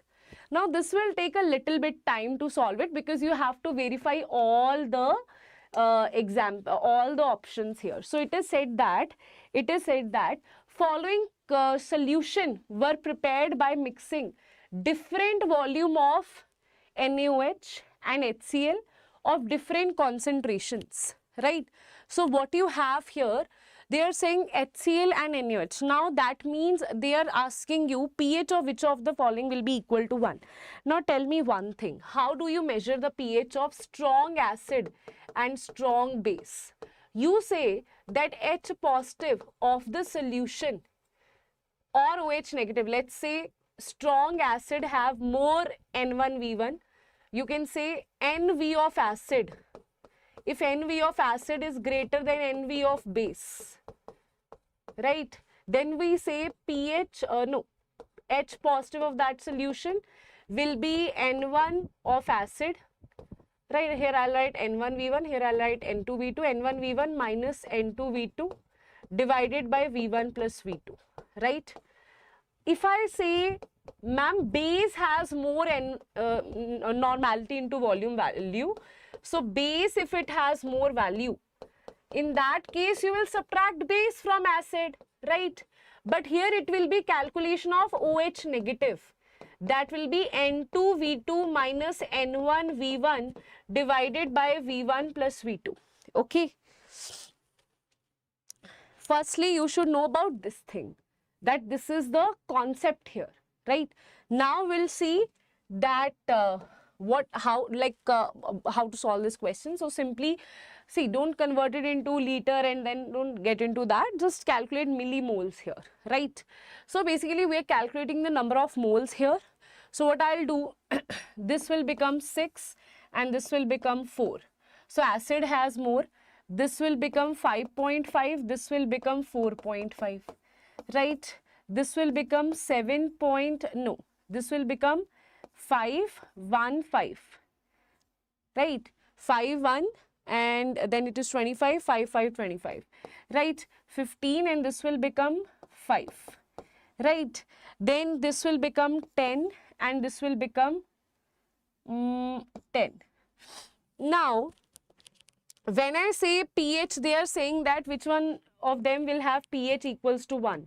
That means it should be acidic in nature, right? Okay. So let's talk about that. Here the equal number of moles when you have, it should definitely, it cannot be the answer, because equal number means it is neutral solution, right? So now if I say this here, if I talk about 6 minus 4, so what I do, 6 minus 4 divided by total volume is 100. That will be 2 by 100. So that is not coming out to be, nowhere it is coming out to be 1 here. I'll tell you how. See, first you will have to calculate the value of H positive. We know that pH is equals to minus log of H positive, right? That means if I want to have 1 here, then minus log of 10 raised to power minus 1 should be there. That means this answer should come out to be, 10 raised to power minus 1. That means this H, see, in all these cases, acid is more, right? Here acid is more. So that means H positive concentration we are calculating. See, you don't need to calculate for every single thing here, right? So you just need to have 10 raised to power minus 1 concentration. Let's see.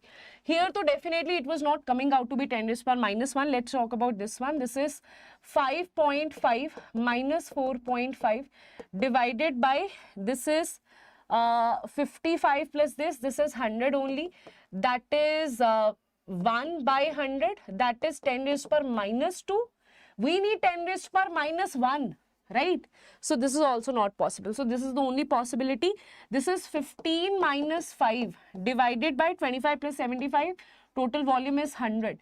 So that will be 10 by, yes, this is coming out to be 10 raised to power minus 1. And this is what we need here. We need to calculate the pH value. pH is minus log of 10 raised to power minus 1. That is nothing. Minus, this will come here. Minus 1, log of 10 is 1 only. So pH will be 1 here. Right? Okay. Tell me. pH will be 1 here. So here answer is going to pH 1. Which of the following is equals to 1? Yes. So answer will be C is the correct answer, and C means D is the correct answer here. Right? Okay, tell me. This is very important, very easy, doable question, right? Okay. Yes, everybody. So answer is going to be C, but that is in the option D. That's how they shuffle the options, right? This way also they can confuse you. Now, next question here. It's a fully conceptual question. This is based on full concept. Yes, that is based on full concept, right? No calculation as such is not required here. So what they are saying, KH value is given to you. KH is Henry's constant in water. The order of their solubility in water is what? So tell me solubility, and this is directly proportional or inversely. Let me see that.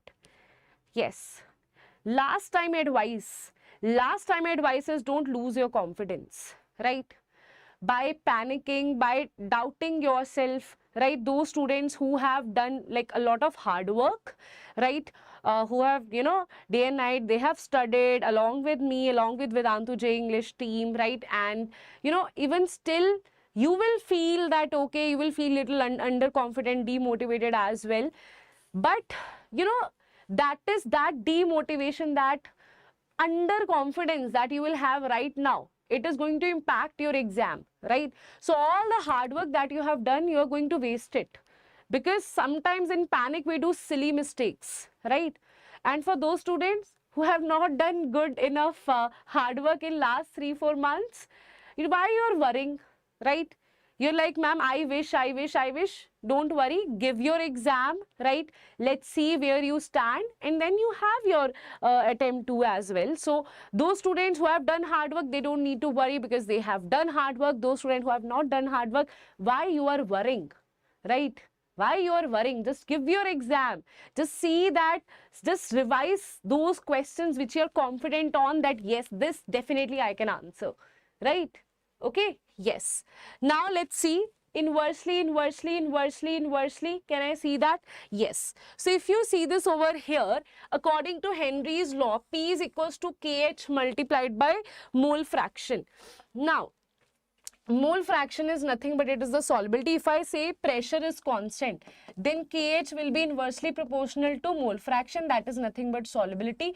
So I can say that KH and mole fraction are inversely proportional to. This is a very important equation, right? Okay. Now, if I say value, you just have to calculate, right? Very simple. This is 40. According to KH value, it will be argon, then you will have CO2, then you will have CH4, then you will have HCHO, and this will be opposite. HCHO will have maximum, then CH4, then you will have CO2, then you will have argon here. No, HCHO will have maximum, no, maximum it is here, right, not here. Then you will have CH4, then CO2, then argon is minimum. So answer is B is the correct answer, right? Okay. Tell me. So answer is B is the correct answer here. Yes, everybody. Done. Shall we move to the next question, everyone? Will you be able to answer this? Let's see. This is from which chapter? Which chapter? Firstly, chapter should get into your head. Which chapter is it? Choose the correct statement for the work done in the expansion. Heat absorbed released when 5 liters of ideal gas in 10 atmospheric pressure isothermally expands into vacuum until volume is 15 liters. Okay, see. First thing is they are saying work done in the expansion and heat absorbed or released. Choose the correct statement. Okay, first you have to see the work done, then heat absorbed or released when 5 liters of ideal gas at this temperature, at this is isothermally expands to vacuum until volume is this. Okay, see, first thing is it is isothermal, that means delta T is 0, that means delta U also will be equals to 0, right? Then they are saying it is expand into vacuum. Vacuum they are saying, right? In the vacuum what will happen? Yes, in the vacuum they are saying delta U is 0 in this case, right? Heat will remain 0, okay, work done will be 0, heat will also be 0, heat absorbed will be less than 0, work done will be positive. I think all of them should be 0, right? So work will be 0, heat also will be 0. I think C will be the correct answer. Yes. Okay, C. First thing is delta T is 0, That is why isothermal delta U is also equals to 0. First thing done. We know that this is the formula of first law of thermodynamics, right? Now they are saying that since expansion is taking place against volume, so in volume pressure is 0. Volume, there is no pressure. That's what we call volume. That's what we call vacuum. Sorry, in volume I'm saying, in vacuum there is no pressure. So pressure is 0. Work done is minus P external delta V. If this thing is 0, work done is also 0. Then if this delta U is 0, work done is 0, heat is also equals to 0. No, so everything will be 0 here, right? So this is a case of free expansion, right? So answer will be C is the correct answer here. Right? Okay, everybody, do let me know if that is clear. Do let me know, everyone. How many questions you have got right? Numerical has no, it does have negative marking. Why? JEE will leave you like that without any negative marking. Huh? Molar conductance of, wait a minute, molar conductance of electrolyte, yes, of electrolyte increases with dilution according to the equation. So this is the equation that is given to you, right? This equation, now firstly, this equation where we can see, let's make a graph here, y is equals to mx plus c. So this properly says that when you have delta M, I'm saying molar conductivity at concentration C and concentration here, the slope is going to be negative. It will be declining. It will be declining line, and intercept means C is molar conductance at infinite dilution, and it is declining, right? So it will be like this. Wait a minute. It will be wait a minute, it will be like this. Wait a minute. So, okay, yes. Now, if you see this here, this is a declining thing. That means properly we know that where it is having infinite dilution. So that is a graph for strong electrolyte, right? So this statement is false here. Value of constant A depends upon nature of solvent. Value of constant A is same for both this and this. Value of constant A is same for both this and this, right? Okay. Now tell me which of the following can't believe, which one you can't believe. Tell me, everyone. So here, this intercept, we are saying this A, that is the constant here. Will it depend upon the nature? See, number of ions we need to have, right? So we can say value of constant A depends upon the nature of the solvent. That is true, right? So that is true, it depends upon the nature of the solvent. Then you have value of constant is same for BaCl2 and MgSO4.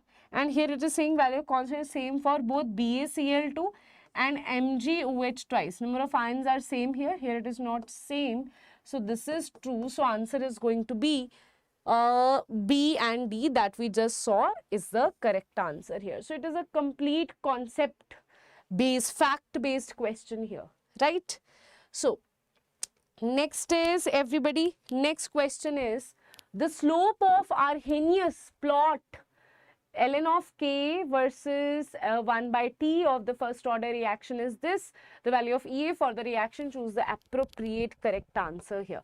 See, firstly, you should know K is equals to A e raised to power minus EA by RT.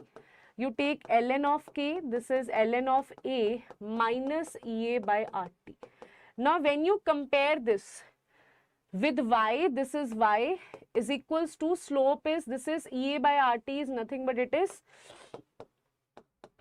EA by R, you can also write it like this, plus minus EA by R 1 by T. Now, when you compare this, Y is equals to mx plus C. Slope will be this thing. So, we can say slope is equals to minus EA by R.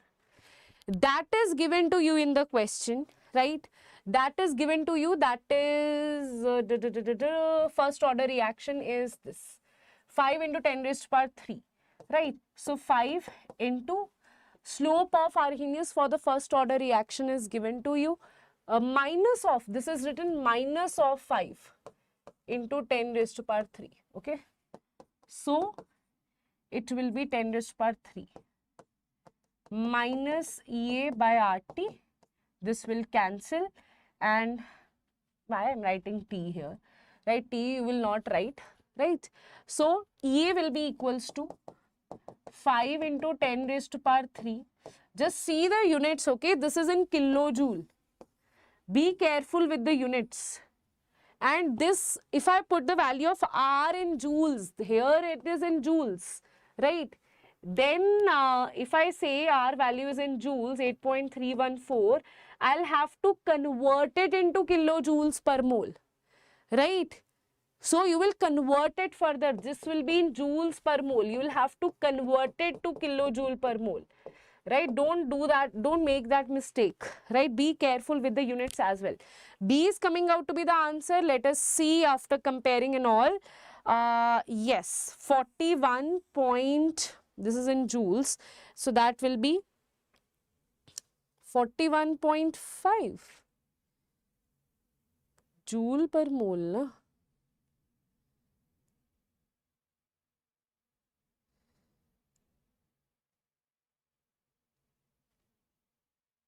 Wait a minute. Okay, 10 raised to power 3 is also there, na? Yes. So you divided it 41.5 divided by 10 raised to power 3. So this will cancel. It will be this much kilojoule per mole. You are absolutely correct. Answer will be B is the correct answer here. Okay? Yes. Which of the following statements are true? Let's see how many of you are able to answer this. So here what he is saying, this is based on this now what we say, your this is based on P block. Tell me. Yes, everybody. Tell me, everyone, in the chat box. Yes, I can read your comments over here. Yes, everybody. Do let me know.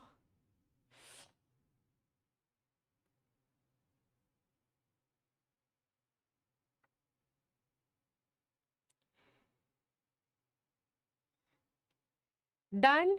C. Okay. Let's see. Let's see this question, everyone. Let's see this question, everyone.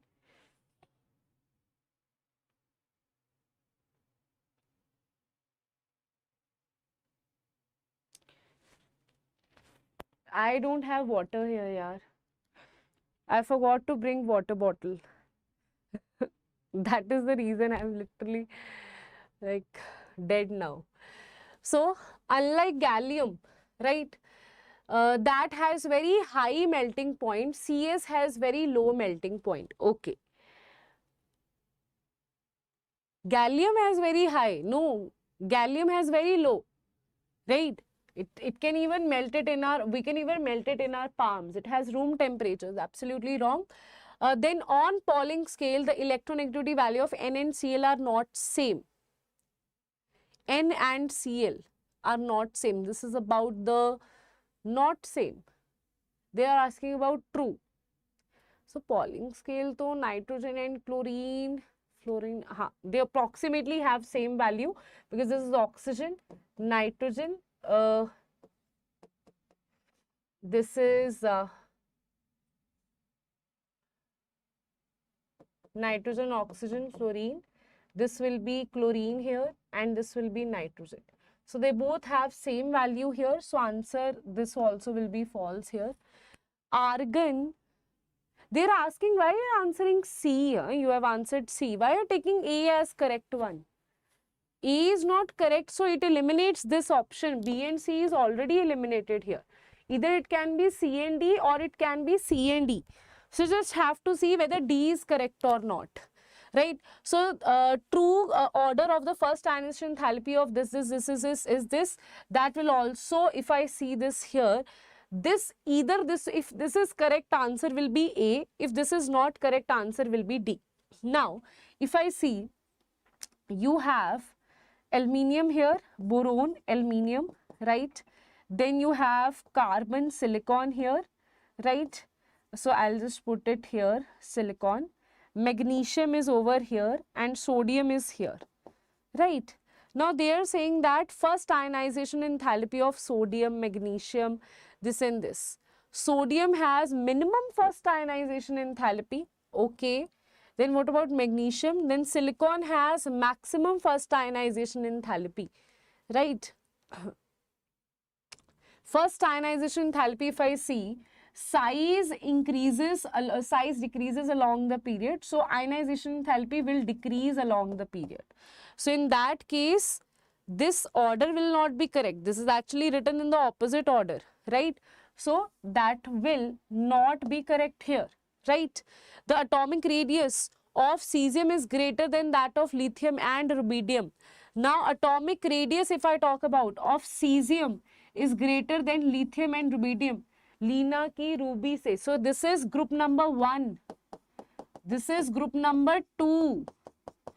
We know that group number 1 and group number 2, what happens here? The size decreases here. Atomic radius of this is greater. That is absolutely correct. Here the size will be, group 1 will be more. So answer will be true. So answer will be, now so it is, we can see it only that these are not isoelectronic species. No, these are isoelectronic species. Wait a minute. This is argon is 18, right? This minus 1 is 18, 19 minus 1. 17 plus 1 is also 18. Calcium is 20 minus 2 is also 18, right? And sulfur, right? That is 16 plus 2 is also 18. So these are isoelectronic species. So answer will be C and E is the correct answer here. So answer will be D is the correct answer here. Right, everybody? Do let me know. Done? Okay. Next question is, identify the correct order against property mentioned. Now identify the correct order against property mentioned here. Yes, students? Tell me, identify the correct answer here. Identify the correct answer here. Ma'am, I am suffering from chicken pox. God bless you, Vicha. God bless you. Right? These things happen sometimes. Don't worry. Right? Yes. I'll be little more fast. Okay. Identify the order of the properties mentioned. Firstly, these is about hydrides and all. Tell me. So, first thing is correct order you have to see. Okay. So, here dipole moment they are saying. In this case, you have oxygen H and H. You have lone pair here. You have lone pair here. This will be added atom to lone pair. All of this will be added. In case of ammonia, definitely it is going to be less, right? Okay. Because here also it is all added and added. But here we are adding from lone pair. 2 lone pair. This is from 1 lone pair. So this is going to be less. CHCl3, no lone pair. It is going to be even less. So answer will be this. So we can say is true. Right? Then you have XCF4, XCO3, this number of lone pairs in the sentimental line. So this I have told you in the previous class as well. What is the, this I have done so many times, huh? This is, xenon has how many electrons? 8 outermost electrons. 8 outermost electrons, 4 are involved, 4 electrons will be left. That means 2 lone pairs you will have. So you'll have 2 lone pairs and they are asking you lone pair. They are not asking you the shapes, just lone pair. Here it is 2. Here it is xenon has 8 outermost and 6 are involved in the, because multiple bond oxygen is forming. So it will be 2. That means 1 lone pair. And xenon F2. 8 electrons, 2 electrons are involved. 6 electrons means 3 lone pair. So this is not true. Because it should be maximum, then less, then less. Okay, bond length will be what? OH, then CH, then NO. Bond length. No. Right? Because here electronegativity difference will be maximum here. then it should be NO, then it should be CH, so this is also not true. Then what about bond enthalpy? Bond enthalpy, this is N2, O2 and H2. This has triple bond, this has double bond, this has single bond. So definitely bond enthalpy should be maximum here. So answer will be A and D are the only correct options here. Answer is C is the correct answer here. Let's move to next question here. Let's do little fast now. Which among the following molecules are involved in sp3d hybridization? So it should be having sp3d means steric number should be 5 here, right? So steric number should be 5 here, right? So what I'll call this, if I have xenon, xenon has how many outermost electrons? It has 8. 8 minus 4, you have 4 electrons means 2 lone pair. So sigma plus lone pair, sigma is 4, lone pair is what, 2, this is 6, so not true. We need 5. So this is 8 outermost minus 2, that is 6 electrons, that means 3 lone pair. Now this one is true. Sigma plus lone pair, sigma is what, 2. Sigma is 2 bonds plus 3 lone pair, that is 5. That is sp3d. So answer is clear that it is B is the correct answer here. Wait a minute, then C also will be the correct answer. What else they are saying? They are saying molecule involved in sp3d has different bond lengths. Okay. PF5 like PCl3 also will be this, because nitrogen has belonged to group number 15. It has 5 outermost electron. No lone pair will be there. So no lone pair means it will be sigma plus lone pair is 5 only, but all bond lengths here has lone pair of electron on the center metal. See, no lone pair is there. So this is also sp3d, but no lone pair is there. SF4 also is sp3d, but here you have lone pair. But here what you have, wait a minute, let's just calculate. This is oxygen group number 16 minus 4, that is 2, means 1 lone pair. So sigma plus lone pair, sigma is 4, lone pair is 1, that is 5, right? So they are saying sp3d hybridization, either it will be B or D, has different bond lengths. Bond length will be different here or not? Bond length will not be, if I talk about xenon, lone pairs will be on the equatorial position. Can you see bond length will be on the axial position here, right? So that cannot be true. We need different bond lengths, right? So different bond lengths will be seesaw position. Seesaw is sulfur. Sulfur is having equatorial 2 lone pairs, 1 lone pair. So you can put 1 lone pair here. Now 2 fluorine on the equatorial, on the axial, 2 on the equatorial. This will have different bond length. It also has 1 lone pair. So answer will be D is the correct answer here, right? Okay. Next question, guys. Next question is, let's see, the correct order of following complexes in terms of their crystal field stabilization energy. CFSC, everyone in the chat box, CFSC. Bent V shape, no. SF4 has seesaw shape. Tell me about CFSC now.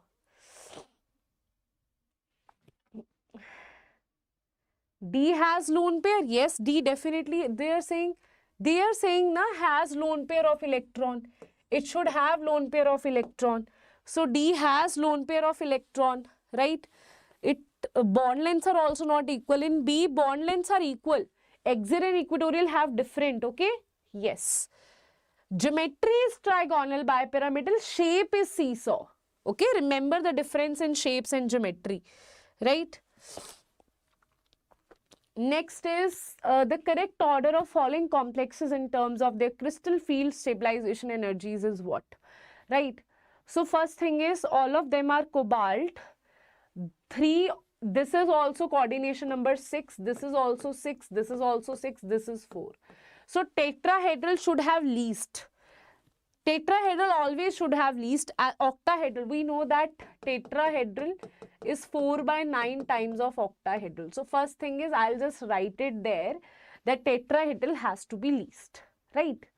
Now, next thing is, see, you don't even need to calculate, don't need to do anything. This has to be least, so this will be eliminated, this will be eliminated, right? Now, En should be maximum. Who will tell me why? Why? Because En is forming chelation. Chelate complex is formed here. Chelate complex is formed here. When there is chelation, whenever there is chelation, what you will say? Tell me everyone. Whenever there is chelation, we'll say maximum stability. Right?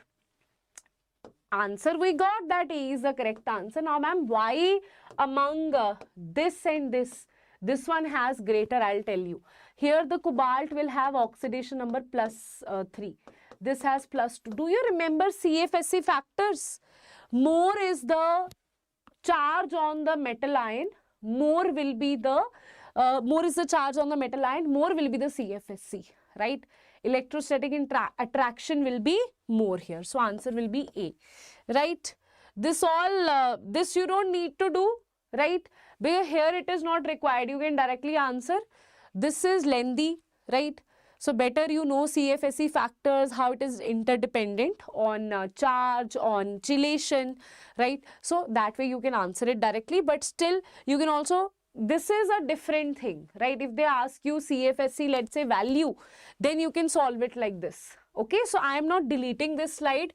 I am keeping the question as it is, and I'll just teach you this, not because the answer is related here. Answer, you can also solve it the way I have taught you. That is the best way. But this I am just telling you, if they ask you CFSE specifically, then this is the only way, right? So now what you will do? Now what we actually do, we firstly calculate the oxidation number, right? Oxidation number, cobalt is nothing but 4s2 3d7. So 3 electrons means you take out 3 electrons, it will be 3d6. Now En is a strong field ligand, it will cause the pairing, it will become T2G6Eg. So T2G electrons will be multiplied here, Eg electrons will be multiplied here, you will have your answer. Similarly, in this case, you have cobalt 3 positive, again you will have 3d6, and again ammonia, NH3 is a strong field ligand, you will have the same answer here, right? Now next is, yes. Next is, if I talk about this one, here cobalt is 2 positive. Cobalt 2 positive means it will be 3d7. Now what you will have?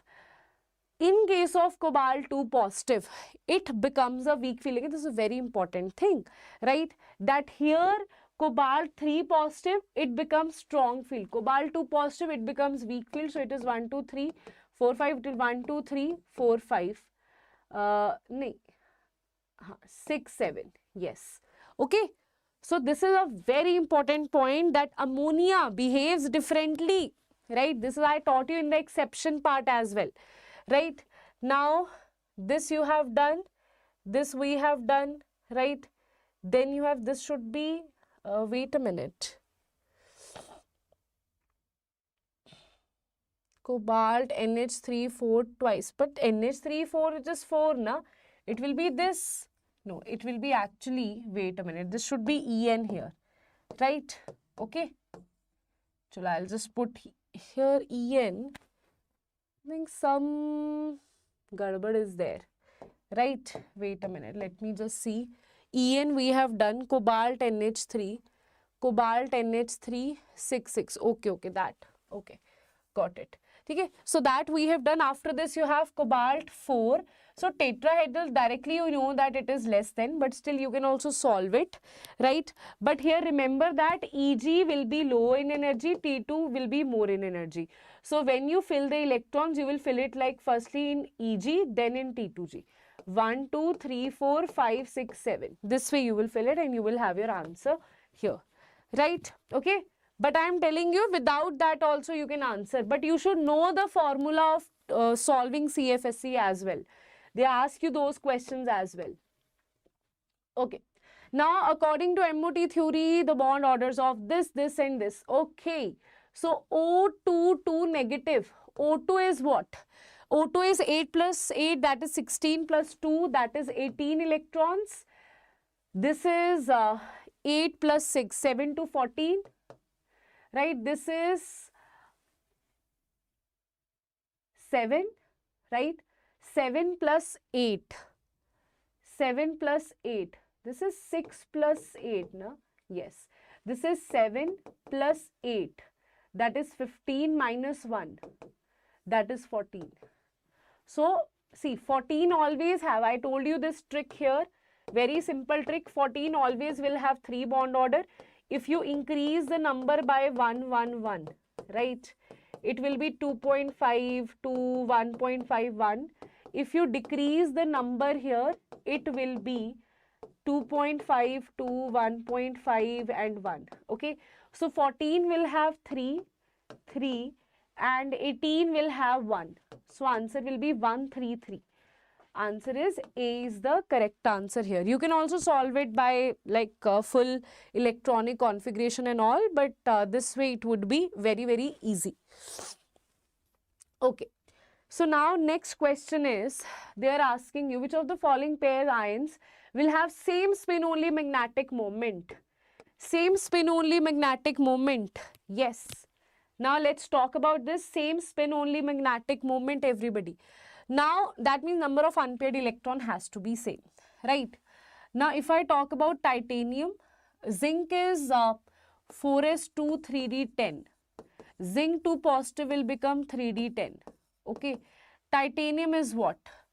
Titanium is 4s2 3d1 3d2 right, 22. So it is 4s2 3d2. You take out 2 electrons, it will become 3d2. You take out 3 electrons, what it will become? It will become 3d1. So here it will be 2 electrons that will be there, right? In titanium 3 positive, it will be 1 electron that will be there. In copper, if you see, copper is 4s1 3d10. And when you take out 2 electrons from copper, it will become 3d9. That means 10 minus 9 is 1 unpaired electron. So firstly, C has same number of unpaired electron. Then what about this? So will not have. Then C, if I see, C is there in case of A or D. So either answer can be B or D. So firstly I'll see B, right? If I see B, B is chromium. Chromium is nothing but 4s1 3d5. You take out 2 electrons from chromium, it will become 3d4. That is 4 unpaired electron, right? So that will become 4. So I can write it here 4. I don't think, but yeah, it can be, because iron is 4s2 3d6. Iron 2 positive, they are saying it will be 3d6. Whenever number is more than 5, you will just subtract it with 10. 10 minus 6 is 4 only, so it is correct. Okay, so now you don't even need to calculate the value of this one. Answer will be B and C only. So answer is clear, but still if you want to solve, you can solve.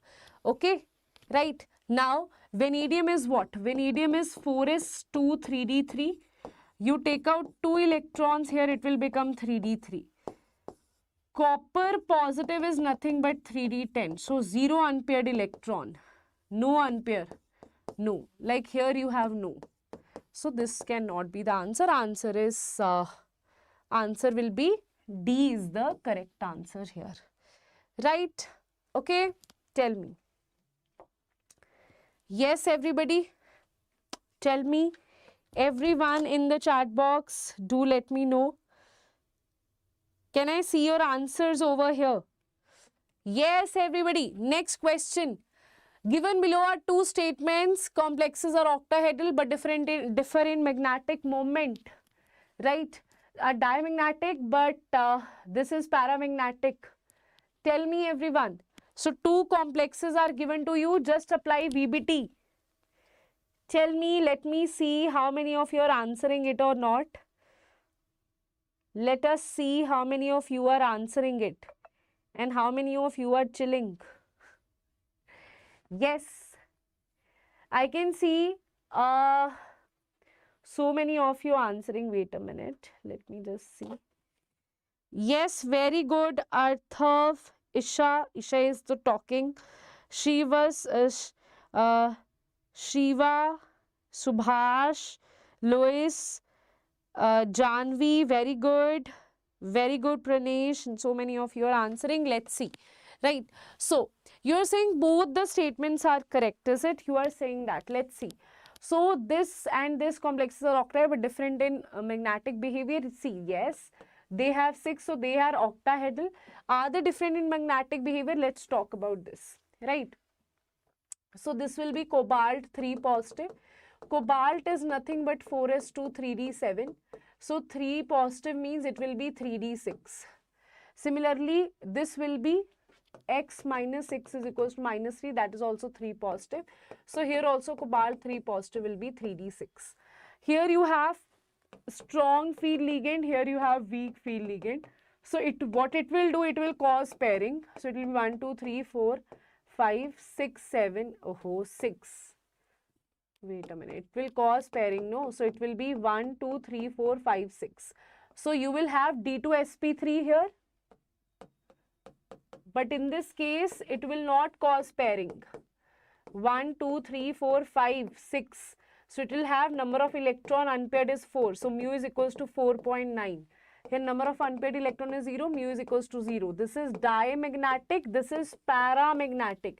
Here it will be sp3d2 hybridization. So answer is, this is di, this is para. Absolutely correct. Both the statements are correct here. Right, next. Okay, let's see organic questions. We are towards the end only, right? Let's see. In the reaction, what you have? NaNH2 liquid ammonia, okay. This is nothing but this is Birch reduction, okay. Birch reduction it is not, because it is not alkene. Sorry, it is not alkyne that will be converted. Here it is NaNH2 liquid ammonia. It is not Birch reduction. Birch reduction will be sodium or lithium liquid ammonia. Then we will form transalkene or cisalkene. This is not Birch reduction. This is simply we convert this hydrogen, because some base is attacking here. Base has a work of abstracting proton. So it will abstract the proton and you will have sodium here, right? Then you will attack it with CH3, CH2Br, partially negative, positive. So what will happen? This negative and this is also partially negative and positive. What will happen? Positive part will be, this will be, wait a minute, this is CH3. This will be, wait a minute, this is CH3, CH2Br, na? Then this will be actually replaced by sodium, okay. This will happen here. This is actually a very important method of increasing the number of carbon atoms in the alkyne. So it will be CH2, CH3, okay. So firstly, what you will have here, I'm so sorry. Firstly, what you will have here, you will have the formation of 1-butyne, right? So this is eliminated, this is eliminated. What about next one? Again, you have another acidic hydrogen that will be replaced by sodium, right?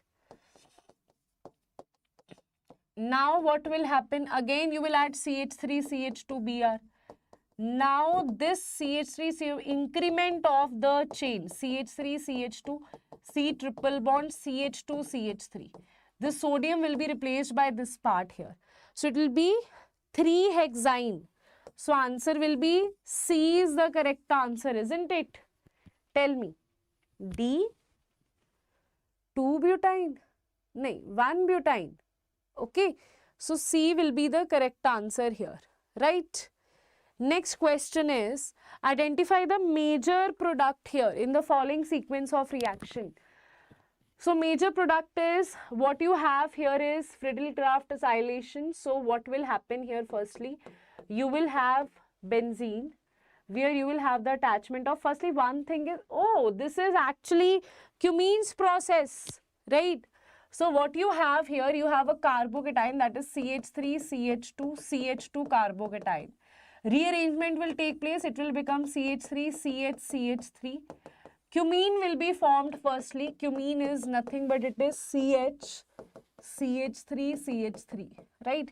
Cumene is formed, this is wrong. this is wrong, this can be correct. So A or D can be the answer. After O2 and its hydration, we have phenol and acetone. This is not acetone, this is phenol and this is acetone. So answer is D is the correct answer here. Right? Okay? Yes. Next is match list 1 with list 2. Match list 1 with list 2. Yes, rearrangement is a very important part. Formation of cumene, absolutely correct.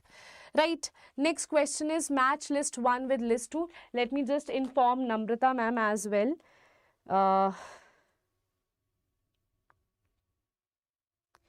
Wait a minute.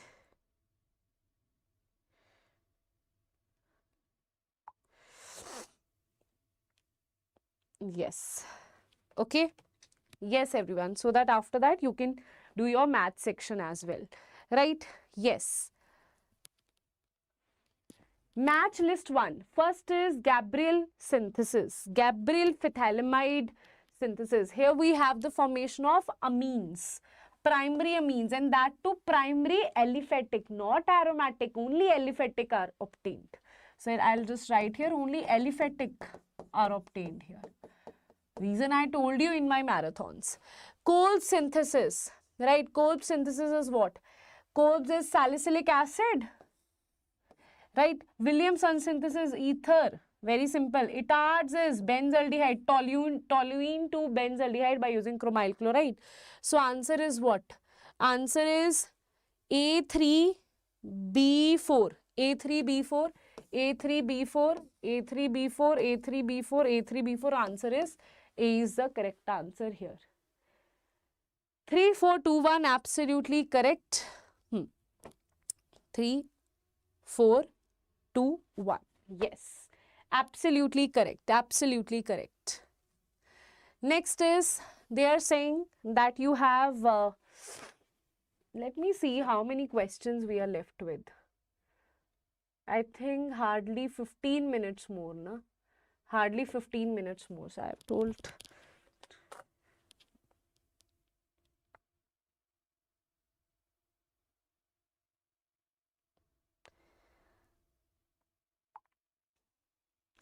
Okay.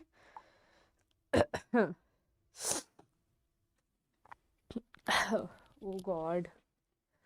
It's your exam and I am having fever. I am having exam fever. So identify A, B, C respectively in the following reaction sequence. So firstly, something is A, there is, simply I can see that this will be aniline, right? Because disonium chloride is formed here, right? So A will be aniline, aniline, aniline, and this is something else only, that will not be correct. After that you have Ki. Ki means whenever disodium salt is reacted with Ki, you have iodoform formation. So this is wrong, this is wrong, this is correct. Okay. After iodoform formation, I'll just write it here. After this, you have the formation of iodoform. This is aniline. Okay. Then you have 2 of sodium and dry ether. So we know that whenever this is fatigue reaction, that biphenyl will be formed here. Biphenyl will be formed here. That is this thing. Okay. It is biphenyl only. You look at it like this, it is biphenyl only. Okay. Third is the correct answer here. Right. Next, last 5 questions. Right. Your integer based questions. Last 5 questions, guys. Yes. Ready for last 5 questions? Tell me. Ready? Last 5 questions we have. Integer base it is. So let's do, you will have calculations and all here, right? So let's do that, right? Iodoform. Did I say iodoform? It is did I say iodoform? I'm so sorry. Iodobenzene, right? Iodoform is CHI3, okay? Iodobenzene it is.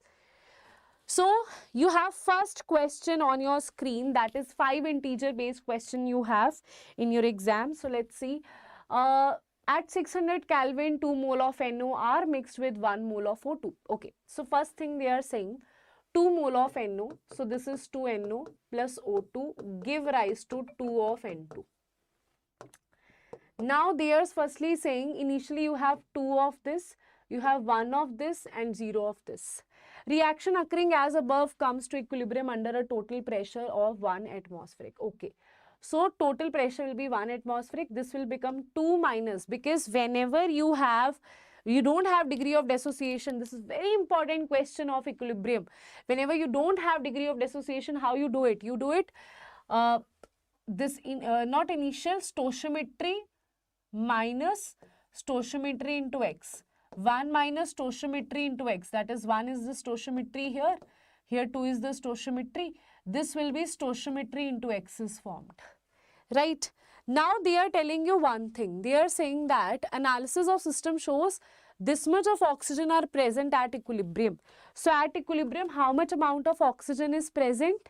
Yes, that is 1 minus x. Okay, so 1 minus x is equals to that is given to be 0.6.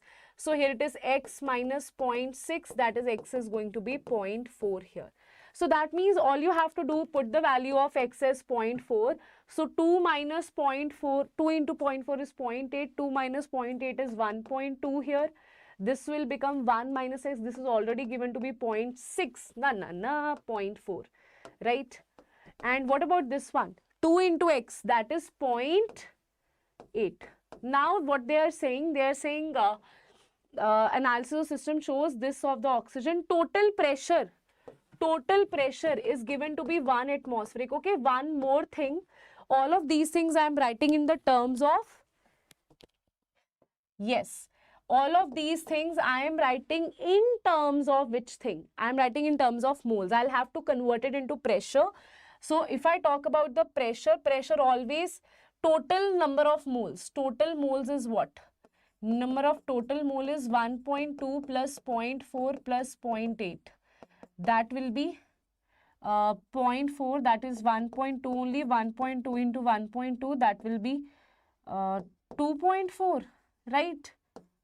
So here you will divide it by 2.4. I think I don't have space now, right? So you will divide it by 2.4, because we know that one thing, partial pressure is equals to mole fraction into total pressure. Mole fraction is number of moles of that component by total moles multiplied by total pressure. Okay, so total pressure is 1 only, so it doesn't matter you multiply or not, right? So just divide it by 2.4 here. So Kp will become partial pressure of NO raised to power 2 divided by partial pressure of this is NO2, right? Yes, NO2. This is partial pressure of NO raised to power 2. This is partial pressure of O2, right? Partial pressure of NO2 is what? It is 0.8 by 2.4 whole square. This will be, NO will be 1.2 by 2.4 whole square. PT it is 1 only, right? Just multiply this with PT. This will be also PT. This will be also PT. This will be also PT. This will be divided by 2.4, 2.4, 2.4. And I don't have space, so I am writing it there only. O2 is what? 0.4 divided by 2.4, right? So just solve this and you will get your answer here, right? Okay. After solving and all, you will get your answer as 2. So 2 will be the answer. Now next question is, number of optically active compounds of the following is what? Optically active compound of the following. Yes, everybody. Optically active compound in the following. Tell me. What are the optically active compounds here? They should have chiral carbon. See, this carbon, this is hydrogen, this is OH, this is CH3, this is a different group. Okay, optically active. See, whenever you have 2 chiral carbons, you will feel that this is, ma'am, this is biggest mistake students do. Ma'am, 2 chiral carbons you have. 2 chiral carbon plus POS is present. It is a meso compound. Meso compound are always optically inactive. So this will not be optically active. Yeah, I can see that. That is a mistake that students do, right? Here you can see this is optically active AC. Remember AC. A means asymmetry. Then it should be chiral carbon should be present. This is meso. Meso will not be there. Then here I can see chiral carbon POS. I can see if you see this here, POS is present. Asymmetrical it should be, right? So if I talk about this thing, this is chiral, this is chiral, this is OH, this is same, this is optional. Very important, huh? See. We usually think that, ma'am, it has two chiral carbon, this is not chiral, POS is present, this should also be meso compound. But it's not true, because if this is, let's say, this and this group, this whole group, they are next to each other. That means they are like, let's say they are on the same plane. If they are on the opposite plane, it will be chiral. If they are on the same plane, they will not be chiral. So there is a confusion. That is called as pseudo-chiral. That is called as pseudo-chiral. Okay. Pseudo-chiral. So we don't know whether it will be there or not. So that's why we consider it as chiral only. Whenever between two chiral you have it, right? Because this chiral can be R. See, if this is R and this is S, they will be opposite. If this is S and this is R, they will be opposite. If they both are R or both are S, then they will be same. That's why it is called as pseudo-chiral. So this will be optically active, right? Okay. Then what about this one? What about these compounds? These are simple. First two were very important. These are simple only. You don't have any chiral here. You don't have any chiral here as well. Here also, this I can see. It is CH3CH. This is chiral, right? This is chiral. And what about this one? Here also you don't have any chiral. So answer will be 2. Right? Answer will be 2. Yes, everybody. So, wait a minute. Right? This also will consider it as chiral only, na? Optically active compounds, if I say, this to will be chiral. This is for sure that this will be chiral. Right? Pseudo-chiral it is. Pseudo-chiral. But plane of symmetry though is present, no? Yes. It is pseudo-chiral, but POS is present. Yes. POS is present because of the presence of, it's not about chiral, it's because of presence of POS. Plane of symmetry is present here, right? That is why it will be optically inactive compound. So that will only be the optically active compound. So answer will be 1 is the correct answer here, right? Okay? Yes. So mistakes you can do in these kind of question, integer based question, high chances of mistakes. Number of molecules that show linear geometry among the following. Linear geometry. Now you just have to solve all the values here, right? Some of the molecules we have done so many times, right? So I'll just directly tell you DeCl2, CO2, N3 negative, right? Then you have XCF2, this we have solved before also. NO2, nitrogen compound, N3 negative, NO2, N2O, all these you should know, right? You don't have to apply the hybridization directly, you should know the structure of this one. I3 negative also is linear, right? See, XCF2 and I3 negative, you can solve it from hybridization theory as well, right? So you can see this over here. For example, I solve for this because this I have done before also, and these three are very simple. So I'll solve for this one, right? I3 negative, iodine belongs to group number 17. It has 7 outermost electrons, right? Plus 1 electron we add here. 2 electrons are occupied in the bond formation. So it is 8 minus 2, that is 6. So it has 3 lone pairs, right? 3 lone pair plus 2 bond pair, that is 5, that is sp3d. That is why we have written it like this. Iodine, this is equatorial position, you have lone pair. This is I, right? And you will have overall negative charge here. That's how we answer. That's how we answer, right? Okay. Yes. Now, next question is, I think last two questions. 1, 2, yes, last 3 questions, guys. Okay, this is from solution chapter, right? So if you see this, 20% of acetic acid is dissolved in 5 gram of this. Okay, firstly, 20% of acidic means alpha is given to be 20 by 100, that is 0.2, right? 5 gram of it is dissociated. Solute is given to be 5 gram. Volume is given to be 500 milliliter. So we can say acetic acid has molecular formula 60, right? Molar mass of acetic acid is 60. So I can say molarity is equals to given mass by molar mass divided by volume. If volume is in milliliter, this will be multiplied by 1000. And if they have given the density to be 1 gram per centimeter cube, then molality and molarity will take it as equal only. So this is molarity only. Now what is the value of delta TF is equals to? They are asking you the value of depression in freezing point, delta TF. That will be I into KF into molality. Molality you know, KF you know. Now how to solve the value of I? Alpha is given to you. Acetic acid is dissociated into CH3, CO negative plus H positive. It is monobasic in nature. N will be 2. Now just put the value of N is 2, alpha is equals to 0.2. Solve this value here, right? And I will come out to be this 1.2. KF you know, molality you know, solve it and you will have your answer here. Okay, tell me. So answer, they are saying in the form of dash into 10 raised to power minus 3.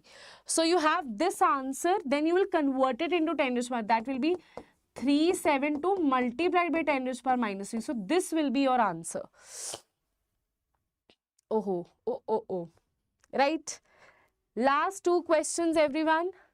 Number of paramagnetic metal complex species among the following. Paramagnetic. Okay. Unpaired electrons should be there. Now you have to solve it one by one, everything, right? If I see this, tell me how many unpaired paramagnetic species you will have. Tell me everyone, how many unpaired paramagnetic species you will have.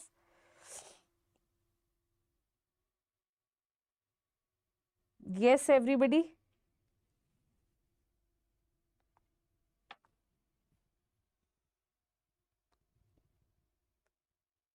See, firstly, most probably strong field ligand will not have. See, cobalt 3 positive, this is also 3 positive. Cobalt 3 positive is 3d6.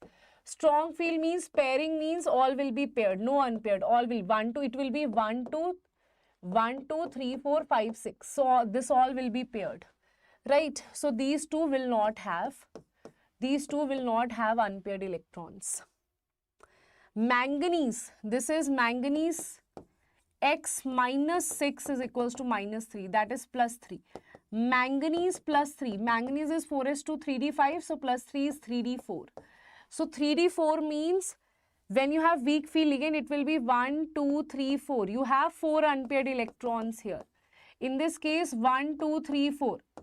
If even number you have on D, in D you have even number of electrons and strong field ligand is there, it will be diamagnetic, simple.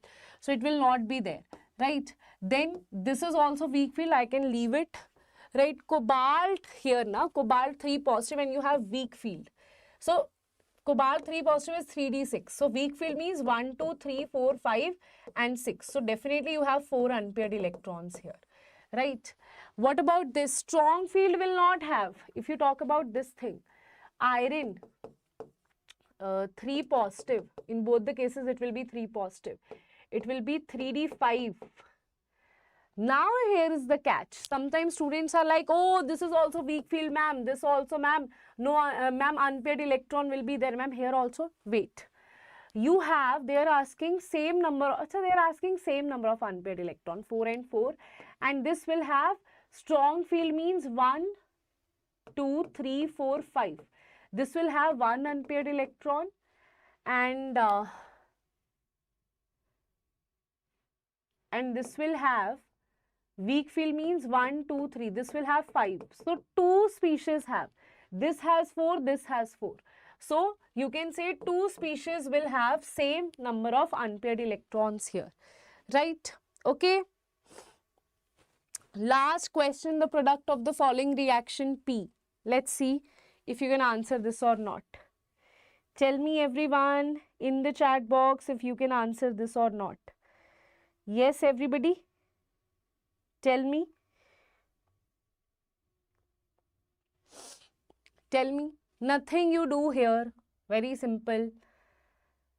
One equivalent they are saying. See. What you will have? You will have C double bond O here, no? So what you will have here? This is C double bond O, right? C double bond O, and this is H. Two things are possible here. Either what you do, pH MgBr, what will happen? This pH will attack here, electrons will jump, and you will have this benzene. This is OH, right? And one will be this benzene, this is OH, and here what you will have C, this will be converted to OH, this is H only, this is pH. First thing is you will have this thing, then one will be converted to, number of hydrogens present in the product P, right? Then one of them will be phenyl as well, because there is only 2 possibilities are there. I told you Grignard reagent, the biggest mistake that students do. They only see this reaction happening.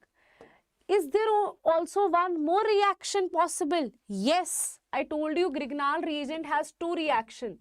One is carbonyl reaction that I have shown you. This will be the answer. One more thing can happen, that whenever Grignard reagent found any proton source, now this hydrogen is acidic in nature. This proton, this hydrogen is acidic, so Grignard reagent will abstract the proton and it will convert it into phenyl H. That is nothing but on the benzene ring. You will have H, that is nothing but benzene only. So you will have 2 products here, right?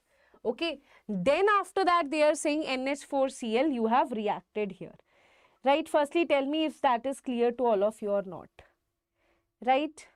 Okay. Tell me, right? And one more thing that you should remember, there is this one product, there is this more product. One more thing can happen, that is, if I say this is, let's say this is positive, this is negative, this is positive, this is negative. This thing is also possible when proton pH will take, then MgBr will be here. This thing is also possible here. Tell me. CHO will be as it is. This is OMgBr. 3 products will be possible here. Firstly, tell me if you know that there is possibility of 3 things.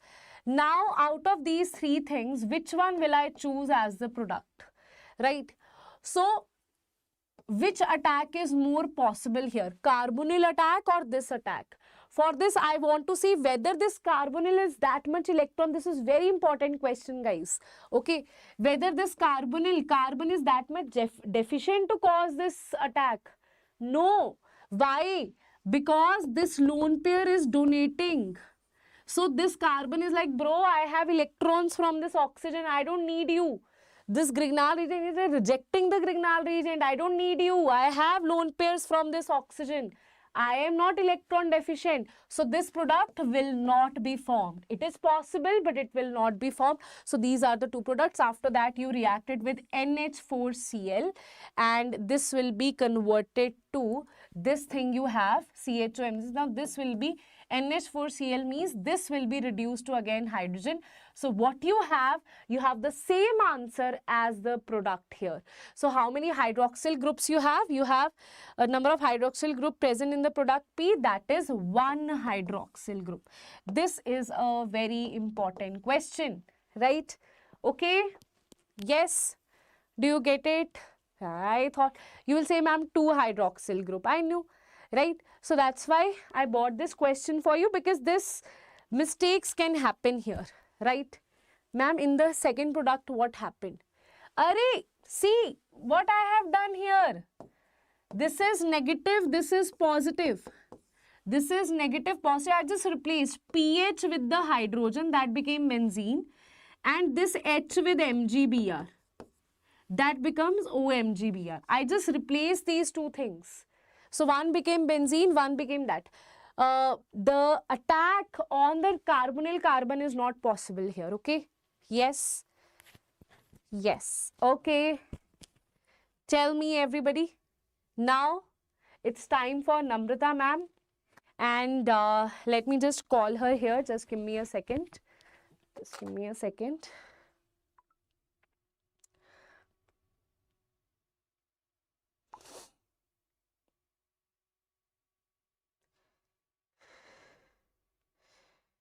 Yes. So do let me know if you have any query, right? So before going, please ma'am, come. So I just wanted to address the students regarding if they have any query regarding tomorrow's exam. But I'll let Diksha ma'am speak till the time. I'll load my... Yeah, perfect, perfect. So, voice is there, yeah, voice is there. Yes, voice is there, I can see that. So, before going all the students, I just want to tell you that chemistry questions, definitely you can do. Some questions will be there that you will be able to do within seconds. You can see this inorganic part if you know those exceptions. I have given you the full chemistry marathon notes as well. Go through those notes, read the exceptions. You'll be able to solve it like within seconds. And organic questions also, if you know, you can solve it like 30-40 seconds or maybe under 1 minute, you will be easily able to do that. Some physical chemistry questions where calculation are not that difficult, that also is solved under 1 minute, right? So in chemistry, you can definitely solve around 22-23 questions, and some of them like 12-13 questions you can solve within 1 minute as well.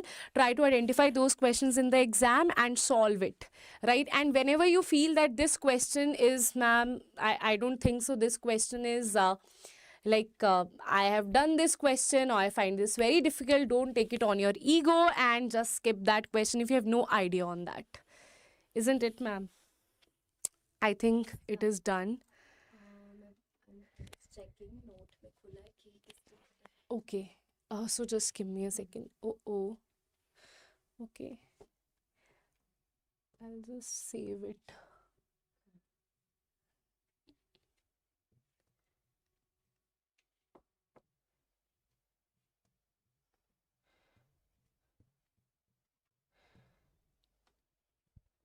Yes.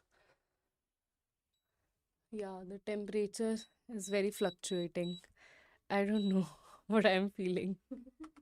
It's if it's warm, it's too warm. If it's cool, it's too cool. Just completing it. Okay, ma'am. Hand over to you. Okay, Thank you, then, Diksha students. ma'am. Bye. All the best for your exam, who have their exam tomorrow and who have their exam in upcoming shifts. I'll see you tomorrow in our analysis of the papers. See you all the best.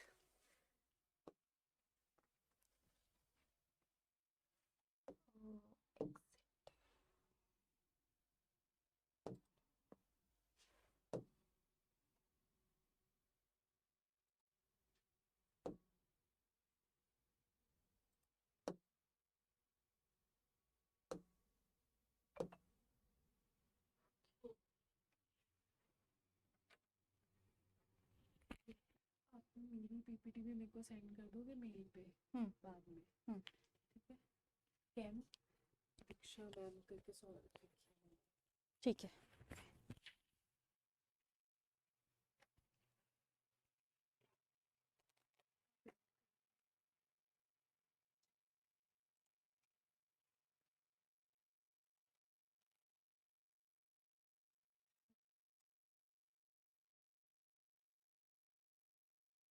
Hello, my ninja warriors. What's up? Physics and chemistry done, and now it's the turn for mathematics. I am not sure if you have decided your sequence for your actual JEE main examination. Can anybody, can you all tell me in the chat box that what exactly is going to be your strategy in JEE main, like tomorrow or day after tomorrow, upcoming week you have? So are you going to give chemistry first? Are you going to give physics first? And you know what? I am not taking the name of mathematics being first. Yes? Okay. Tell me.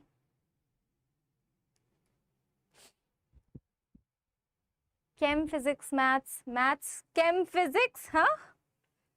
First physics, last maths. Okay, chem, physics, maths, chem, physics, CPM, mostly CPM, CMP also. Okay, all right. But let me just tell you right now, especially for all of those people who have tomorrow their JEE main, please understand that the first 15 to 20 minutes, watch out for the easiest questions possible.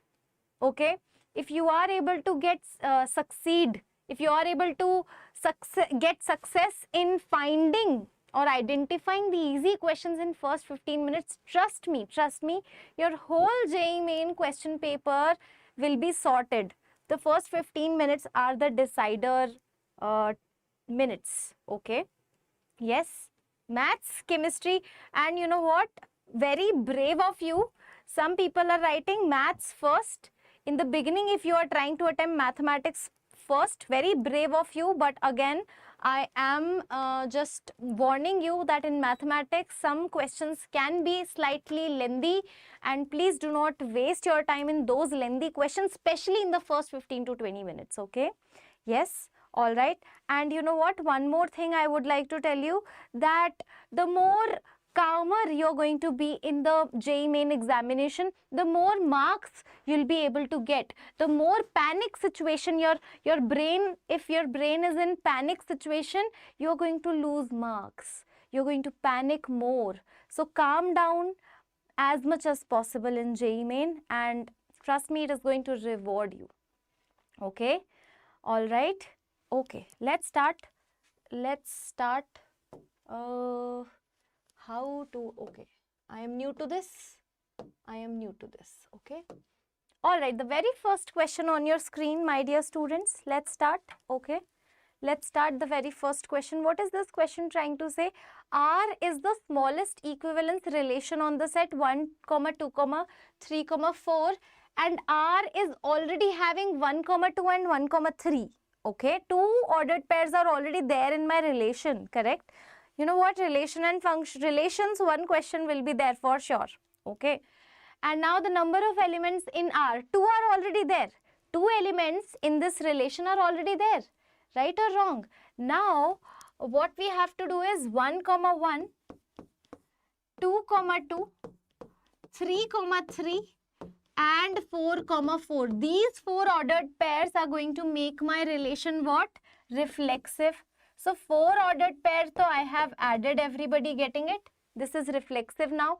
Now to make it symmetric, I need to add 2, 1 and 3, 1. Okay, this is for symmetric.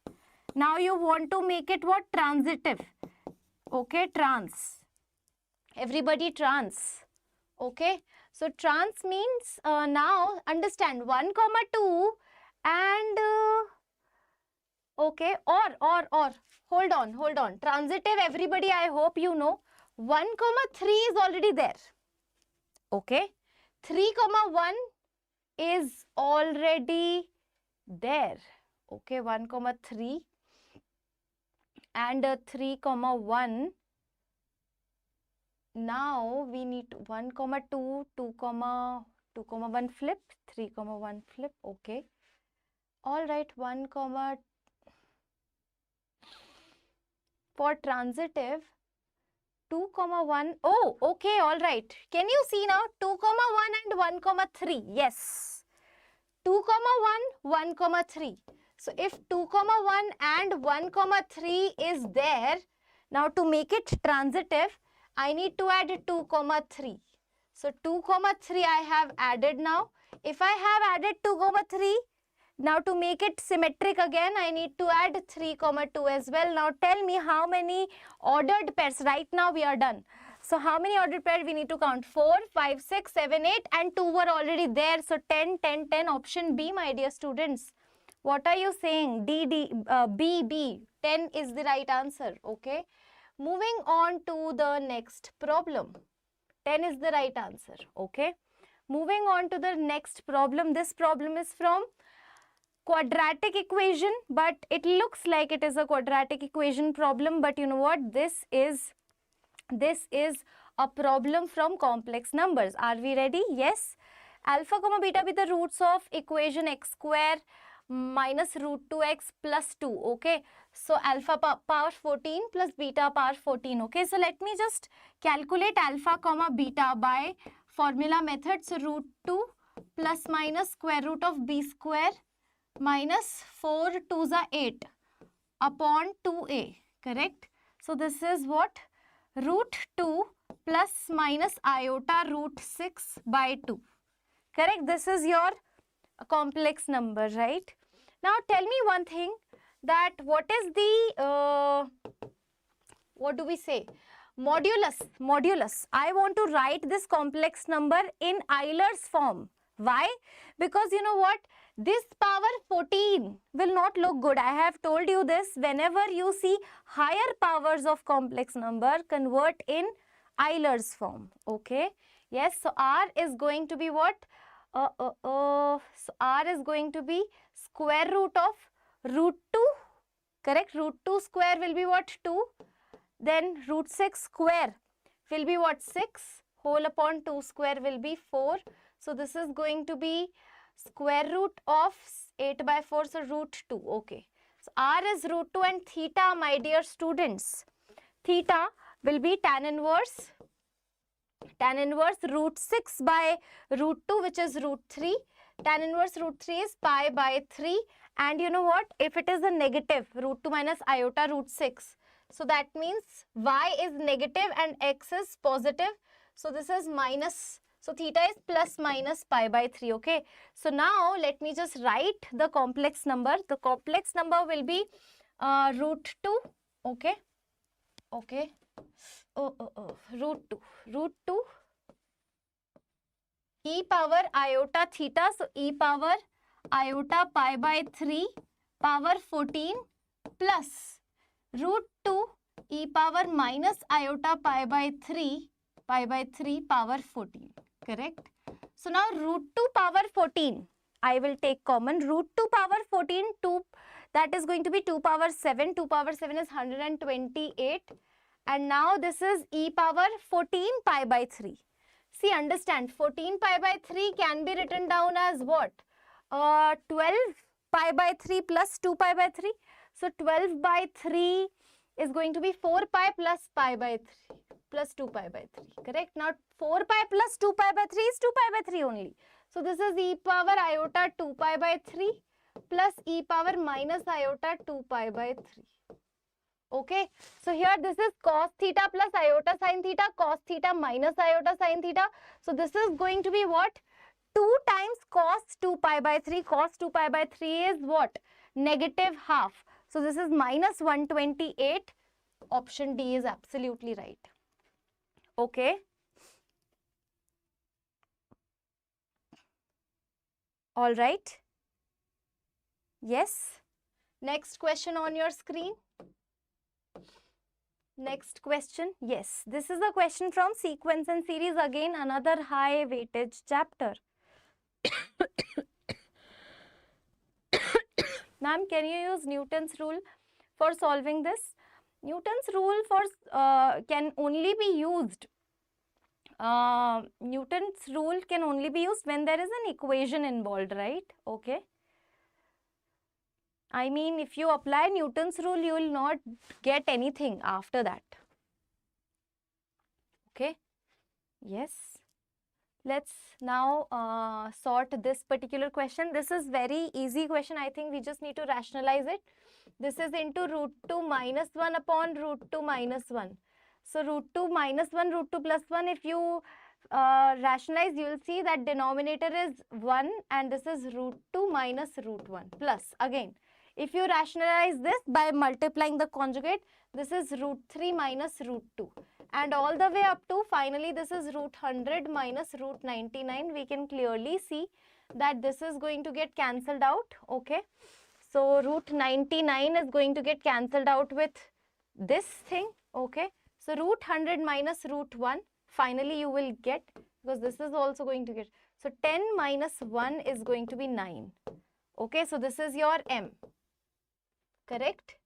This is your m. Similarly, this thing, this 1 can be written down as 2 minus 1. This can be written down as 3 minus 2. This can be written down as 100 minus 99. Okay. Telescopic. Okay. So 2 minus 1. Now separate it out. 2 by 2. So 1 minus half. Plus this is going to be 1 by 2 minus 1 by 3. And eventually 1 by 99 minus 1 by 100. And if you cancel out terms, you are going to get 1 minus 100. 1 minus 1 by 100. So this is 99 by 100 is your n. Okay. Now just, okay. Now m comma n lies on the line. Which line? So you just have to put this 9 comma 90.99. Can you see? 9 comma 0.99 is getting satisfied by which equation? Let us check. I think this, let's check.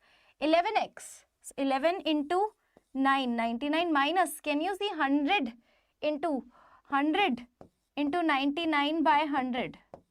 Okay. So this is 99. So option B clearly is absolutely right. Okay. All right. Correct. Okay. Next question on your screen.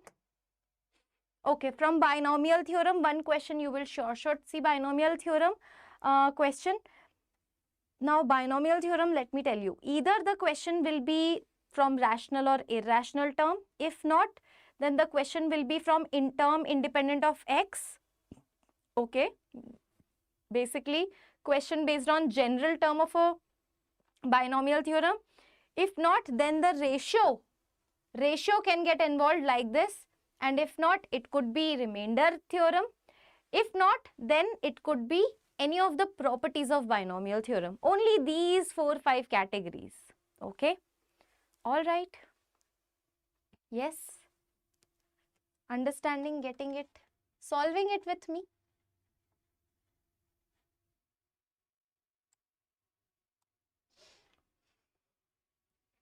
Okay. Chalo, let's start. One topic, please do not leave, which is linear differential equation and hidden differential equation. These two topics do not leave. Okay. After this session, make sure that you are going through that. I have done that a couple of times previously also. Some of the coefficients of 3 consecutive terms in the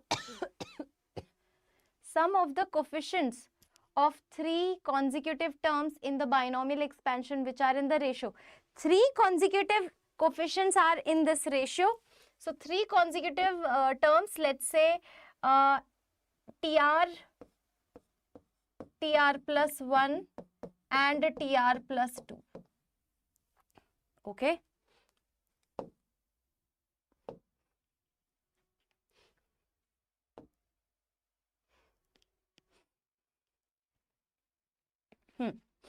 Yes. So TR, what is the coefficient? N plus 2 CR minus 1, N plus 2 CR, N plus 2 CR plus 1. Okay. All right. Yes. This is the ratio 1:3:5. Now let's 1:3:5. 1:3:5. Now let's solve it right here. This upon this. N plus 2 CR plus 1 upon N plus 2 CR is 5/3. Now one option is you just open it, but another option is using the property which is going to make your job very, very easy, right? So N plus 2 property, how to use? N plus 2 minus R upon This is going to be r plus 1. This r plus 1 will be here is equals to 5 by 3. This is one equation, correct? Similarly, if you go by this, this is going to be n plus 2 minus r, okay, n plus 2 minus r whole upon, oops, yes, this upon this. Okay, hold on, eraser. Big by small, right? Big by small. N plus 2 minus r plus 1 upon r is nothing but 3 upon 1. Yes. Okay. So these are the two equations and two unknowns. Can you see? Two equations, two unknown. Ma'am, you have used TR in first step and next step TR minus 1. No. You are not studying things properly and then you are saying mathematics is tough. Tell me, TR plus 1 coefficient will be what? NCR. So TR plus 1 coefficient is NCR. TR coefficient will be what? NCR minus 1. TR plus 2 coefficient will be what? NCR plus 1, right? Okay. I hope you're getting it. By the way, solve these two equations, right? Very simple. Two equations, two unknown. It is not going to take much time. Second ratio is 5 by 3, correct? Yes, yes. Second ratio is, this ratio is 5 by 3. This is 3 by 1. I hope it's correct only. Right? Now, if you solve these two things, can you see? See, this is what you're going to get. First equation. And this is the second thing. If you're going to solve, you're going to get n is equals to 5 and r is equals to 2. Are you getting it? N is equals to 5 and r is equals to 2. Now, eventually what they are asking is sum of these three coefficient. Okay. So, n is equals to 5, r is equals to 2. N is equals to 5, r is equals to 2. Correct? If you put n is equals to 5, and r is equals to 2. So 7c1 plus then 7c2 plus 7c3 will be your answer. 7c1 is 7. 7 into 6. So 7 3s are 21. And then plus 7c3, 765 upon 321. So this is 7 5s are 35. Yes, 35 plus 7 is going to be what? 42. 42 plus 21 is going to be 63. Yes, absolutely correct. All right. Moving on to the next problem. Ready for the next? Ready for the next? How many of you are ready for the next? Yes. This is a very, very good problem. And I believe that this type of problem will definitely there. Definitely this type of problem will be there in JEE Main 2026 and in almost every shift, 50-60% of the shift at least. Okay. Yes, more than 50 to 60%. Let's see what is there in this question. So first of all, this is A transpose. Let us understand what is there inside this determinant. A transpose, then we have A, then we have this whole thing, adjoint of 2A inverse, adjoint of 4B, adjoint of AB inverse and A transpose. Clearly A transpose and A 2 times. So determinant of A transpose square, determinant of A square, correct? This is gone, this is gone. Correct? Okie dokie.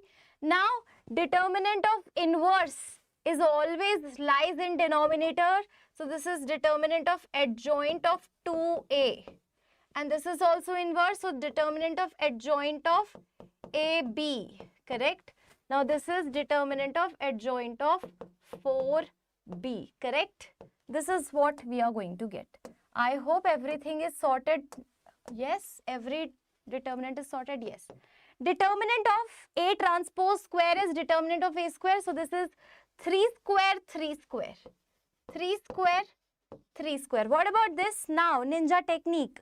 If you have a 3 cross 3 matrix, remove adjoint, apply square. Remove adjoint, apply square. Remove adjoint, apply square. So this is determinant 4B square. okay, whole upon, this is determinant 2a square. This is ab square, so this is a square, b square. Can you see a square, 3 square is cancelled out, okay. So now this is 3 square. Now 4, property. How many of you know this property? Determinant Ka is nothing but K cube determinant A. This is the property. Okay, we need to apply this property. K will come out. So this is 4, right? 4 cube. 4 cube and square, correct? 4 cube and square, 3 2s are 6. So 4 power 6. This is determinant B square. Okay, this is determinant B square as it is, whole upon. Now this is again 2 cube. 2 cube and square is already there. So 2 power 6 determinant A square. And this is again determinant B square. Determinant B square cancel. A square, this also cancel. So your answer will be what? This is 4 power 6. You can say 2 power 12. 2 power 12 upon 2 power 6. So eventually the answer is 2 power 6. 2 power 6 is what? 64. Let us check. Check. Yes, 64 is absolutely right. Okay.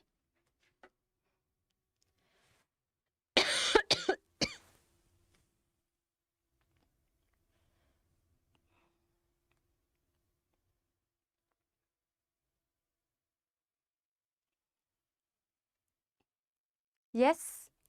So please understand, some ninja tricks, some ninja technique will help you in this question and will make you this question do faster and will eliminate steps. Can you see 1 step, 2 step, 3 step? This is a 3-step question. Okay. If you do it nicely, if you do everything in your brain, right, then only. Next question on your screen is this. Now this question is from the chapter sets, but sets is combined with permutation and combination chapter, right? Now this is something which is slightly tricky. This, see, in mathematics, please understand, some questions will have a proper template. You'll see that question and you'll be like, okay, I have done this question and this is how we have to follow. The procedure is fixed. A fixed procedure has to be followed. But some questions you will see and you will realize, now this is something new. This is a question where we have to apply our brains, and I know in JEE Main there is no chance of applying brains and think from the scratch for any particular question. This question is slightly like this. And you know what? Such questions are specially from permutation and combination and probability. Okay, so please be alert, be aware that if at all PNC and probability questions you read, you will realize that there are some ranking question they are asking template based. If they are asking some constraint based question, template based. But if they are asking something new, that means they are actually doing something. They want you to think a lot, so you can move on, especially in the first 15-20 minutes. Do not attempt such questions. Okay. Let the number of elements in set A and B be 5, okay, and 2. So cardinality of A is given as 5. Cardinality of B is given as what? 2, correct? Now number of subsets of A cross B. Subsets of A cross B. Subsets of A cross B. Please think. First of all, cardinality of A cross B will be what? 10. Okay, there will be 10 elements in A cross B. Now, if you start making subsets of A cross B, you'll be like, okay, empty A cross B, empty subset can also happen. 1 element can also happen, 2, 3. So, they are saying that A cross B subsets having at least 3 and at most 6 elements. That means subset, cardinality of subset is at least between 3 and 6. Okay. Please understand what we are going to do is we have total how many elements available? 10. And what we want is 3.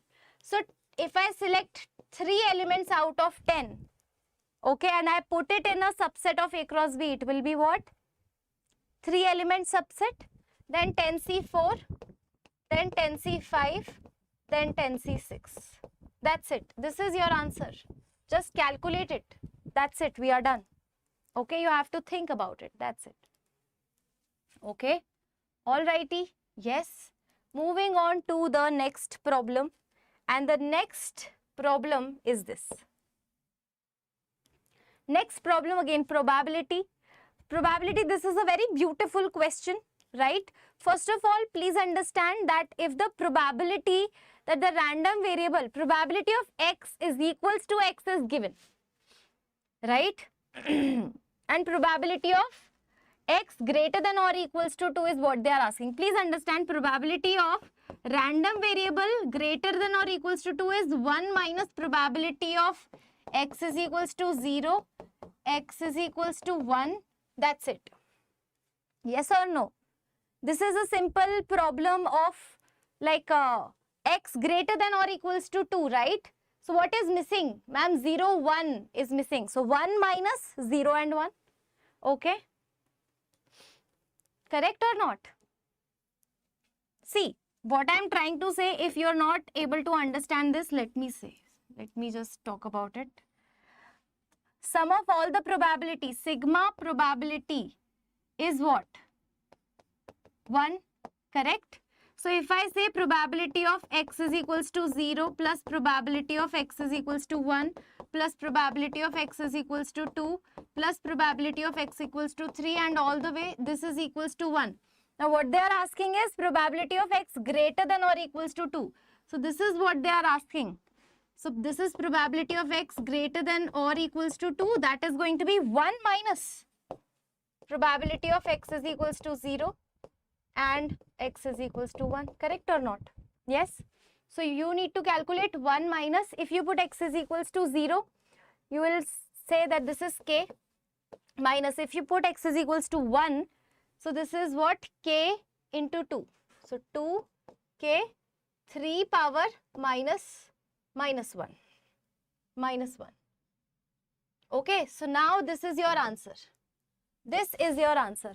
Now all you have to do is finding the value of k. How to find value of k? By again using this. Okay, sum total of all the probability is 1. So let me use this. So if you put x is equals to 0, you're getting k. If you put, so this is 2 by 3 plus 2 by 3 k, correct? Now if you put x is equals to 2, correct? So this is going to be 2 plus 1, 3 and this is going to be k 3 by 3 power 2. Okay, then this is 4k by 3 cube. Can you see an AGP is getting formed? This is equals to 1. AGP, how many of you can see the AGP over here?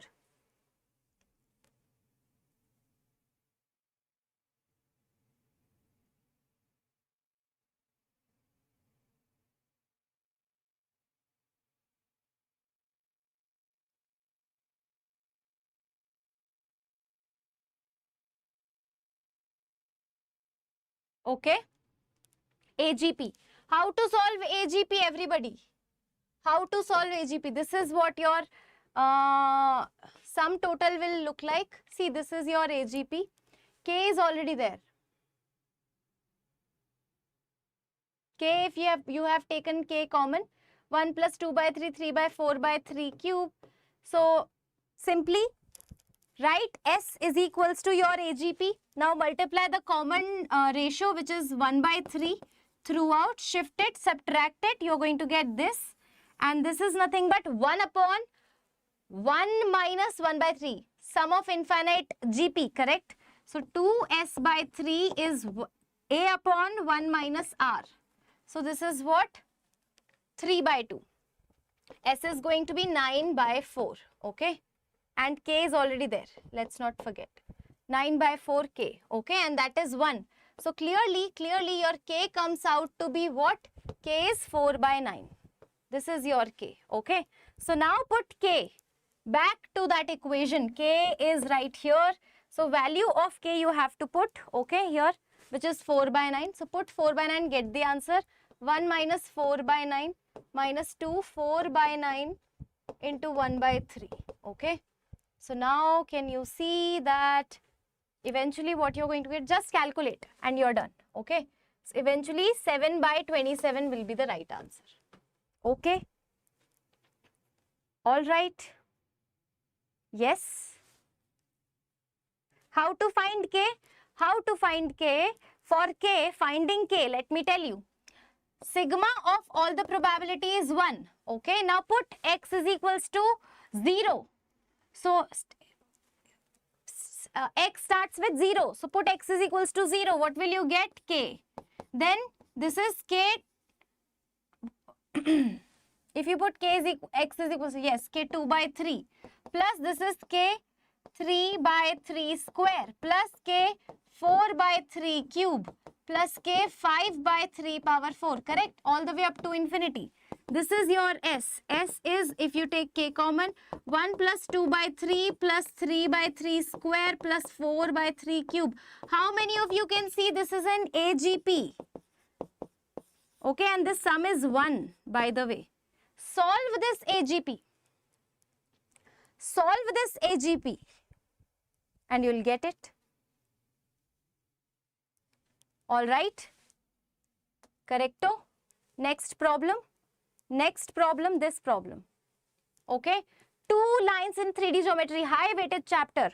2 lines in 3D geometry are at right angle to each other. 2 lines in 3D geometry are at right angle to each other, right? First of all, this particular, both the lines in 3D are not in standard format. Please understand, do not do the dot product is equals to 0 right away. Okay? I hope you're getting it.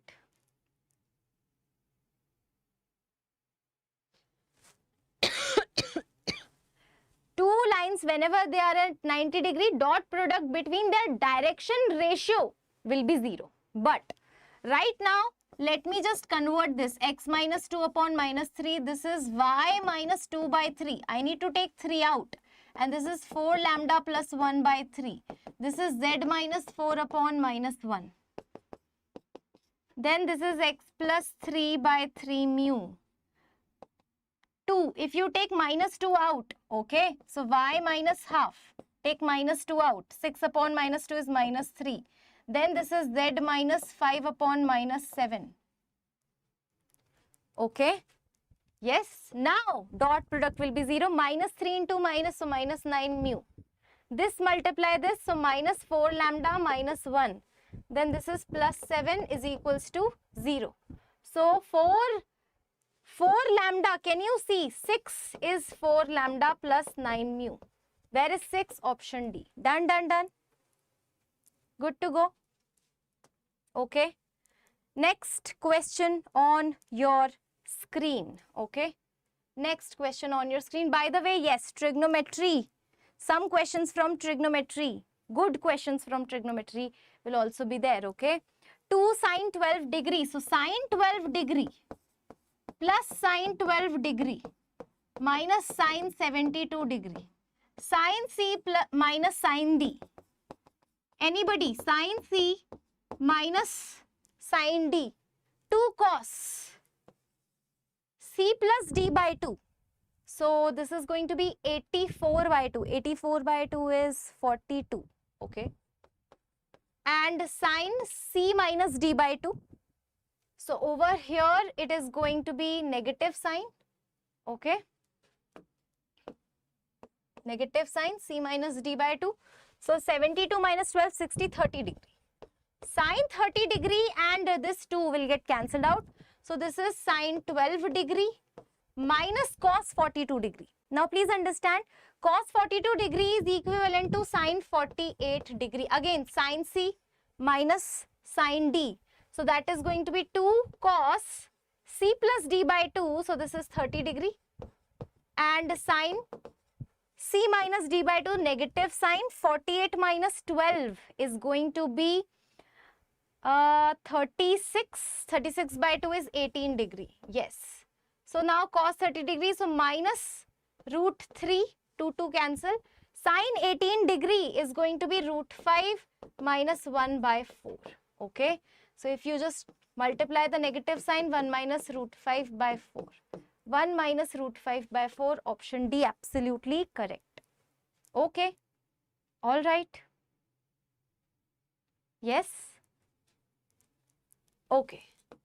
Next question on your screen is this. Some of you, a couple of you were asking about coordinate geometry. What kind of questions, ma'am, can we expect? Locus related question you can definitely expect. Let's solve one such question. A and B, can you see this is a minus 1 comma 1, this is your A and this is your B, okay, which is 2 comma 3. And there is a point P which is, let's say, x comma y, and the area related to this triangle PAB is what they are giving is 10. Okay, so let me apply this area, half x y 1. Remember, determinant formula of area, x comma y comma 1, minus 1, 1 and 1, 2, 3 and 1 is equals to plus minus 10. Okay, if you are going to solve it, you are going to get a straight line. Just solve this very determinant and get a straight line, correct? Get a straight line. I'll quickly show it to you. Can you see this? Yes. So plus sign and minus sign will give you two things. So this is what you're going to get, 25, right? If you compare ax plus by is equals to 15. So you need to compare it with ax plus by is equals to 15, correct? So for that you just have to divide this thing by 5 and multiply by 3. Yes. So 3 by 5 into 3 by 5 you have to do. Okay, then you'll be sorted. Then only you'll be able to compare. So this is minus 6 by 5 plus 9 by 5 is equals to 15. So this is your A, this is your B. The moment you have A and B, so you can easily calculate 5A plus 2B. Okay. Yes, everybody? Getting it?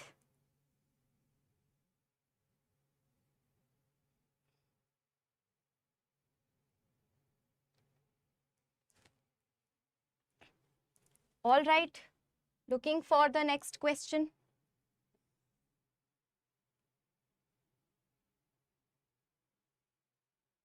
All right, this is a good question. Let's pick this, okay?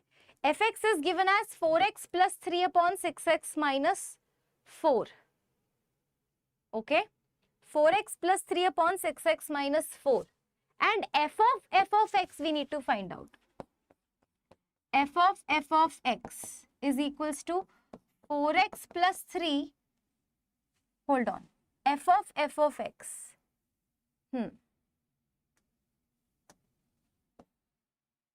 See how to find f of x? Just replace this x by fx. Replace this x by fx.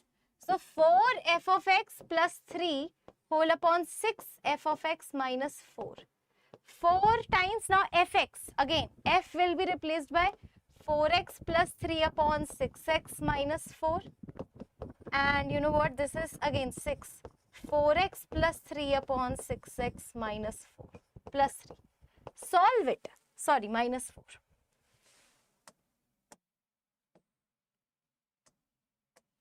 Minus 4.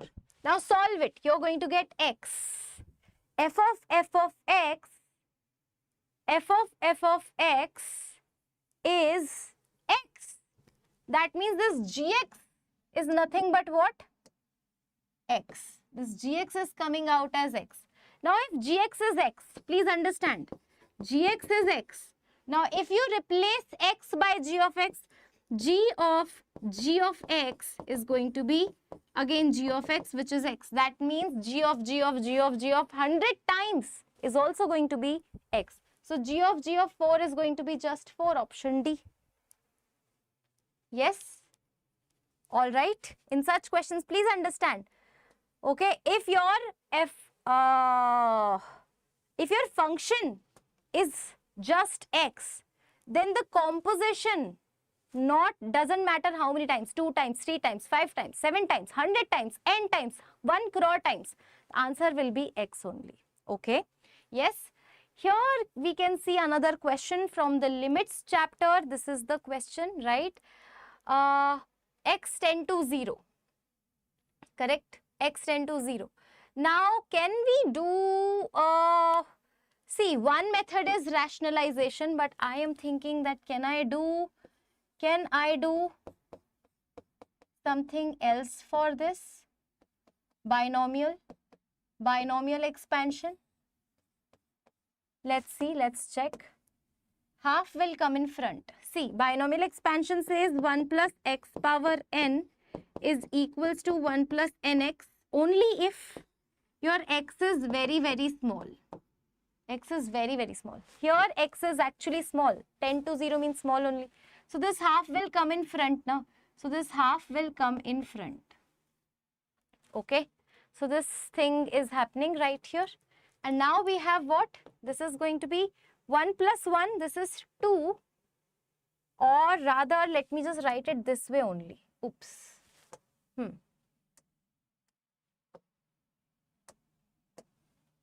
1 plus 1 by 2 x power 4. Oops. Now we can't do anything. There is already a square root minus root 2 whole upon x power 4. I think we should go by the main method only. Erase all ink on the slide. Yes. Let's start with the beginning. Let's rationalize. Square root of 1 plus square root 1 plus x power 4 minus root 2 upon x power 4. And this is going to give you what? 1 plus square root 1 plus x power 4 plus root 2. Okay. Upon, now, please understand. Again, we have to repeat rationalization. Correct? Now, what I'm going to do is, of course, I can write the same thing over here, but rather than that, I'm going to put x is equals to 0. The moment I put x is equals to 0 over here, I'll get root 2 plus root 2. This is again 2 root 2. Now, just a minus b, a plus b. So, 1 plus square root of this, okay, minus this is your 2. Okay, x power 4 is already there, 2 root 2 is already there. So, this is going to be square root of 1 plus x power 4 minus 1. Correct? 1 minus 2 is minus 1. 2 root 2 x power 4. One more time if I am going to rationalize it. Okay, one more time rationalize the numerator. So, you have to multiply by square root 1 plus x power 4 plus 1. Square root again.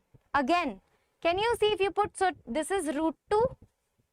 If you put, so this is 1 plus 1, 2. This is just 2. Yes. Now again, a minus b, a plus b, 1, 1 cancel, x power 4 cancel. So this is going to be what? 1 by 4 root 2. Okay. Are you getting it? See, 1 plus x power 4 minus 1, 1, 1 cancel, only x power 4, x power 4 cancel. So everything is cancelled, 2 root 2 into 2 will be left out. Okay. Now this again, same thing, rationalization, correct? So here in the denominator I am going to do root 2 plus root of 1 plus cos x, but in numerator I am going to put x is equals to 0 in this. So this is going to be 2 root 2. Okay, so now this is going to be what? Finally, 2 minus 1 minus cos x. This is sine square x and this is 2 root 2. Okay, now please understand this sine square x need an x square over here. So this is 1 and we have x square over here. So this is 1 minus cos x upon x square is 1 by 2 into 2 root 2. So can you see this is 4 root 2. Okay. So now 4 root 2 and 1 by 4 root 2. So a is what? They both are. So 1 by 4 root 2 and this is 4 root 2 cube. So 4 root 2 square is your answer. 16 into 2. 16 into 2. 32 is your answer. Okay. 32 is your answer. Alrighty. Yes. Okay. Next question on your screen. Next question on your screen.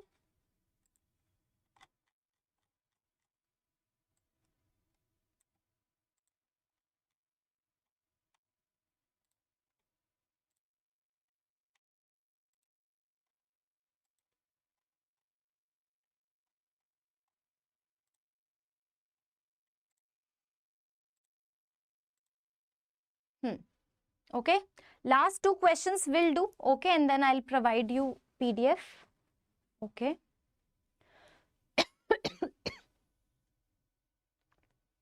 Last two questions. Ready, ready, ready.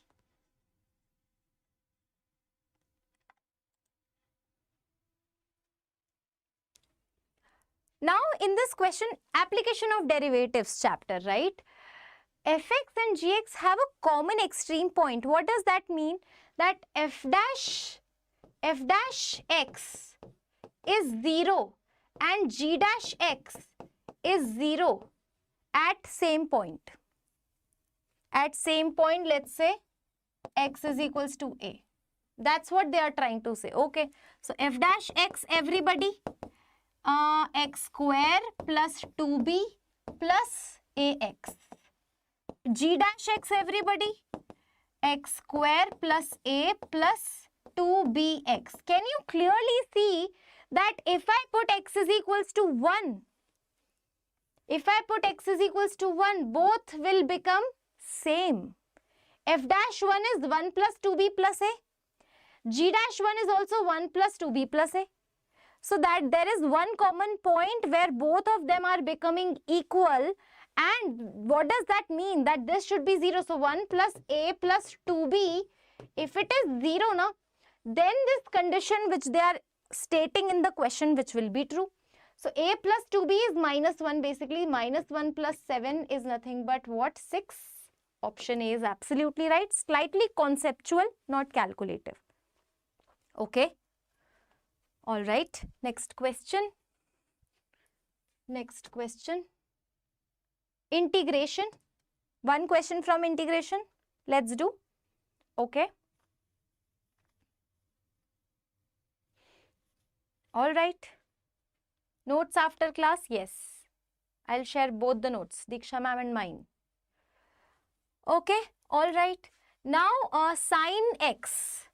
Please understand clearly, sin x is equals to t if you take cos x, dx is equals to dt. Okay.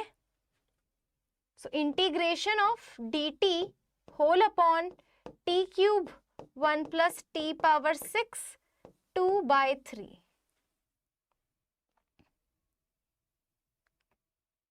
Okay. Now, what you have to do is take t power 6 common. Yes, take t power 6 common. So, if you take t power 6 common, dt is already there, t power 3 is already there, t power 6 if you take common, then it will be 6, t power 6 into 2 by 3. So, 3, so this is t power 4, okay, and this is going to be t power minus 6 plus 1 and power 2 by 3, okay, power 2 by 3.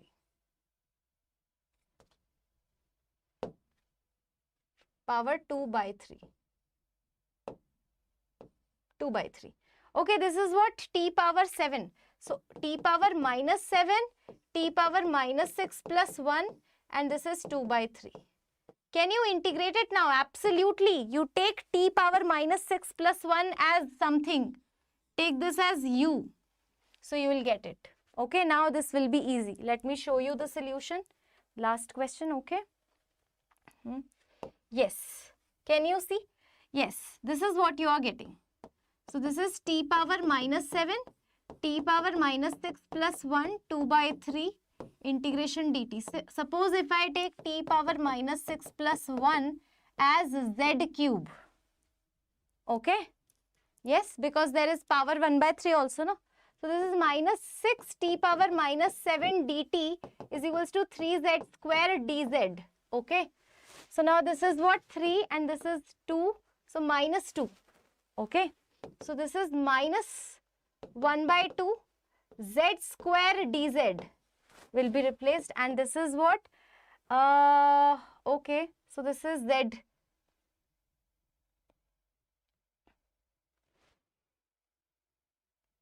One by 3, yes, z square again. Okay. So, this is going to be what? Minus 1 by 2 z plus c.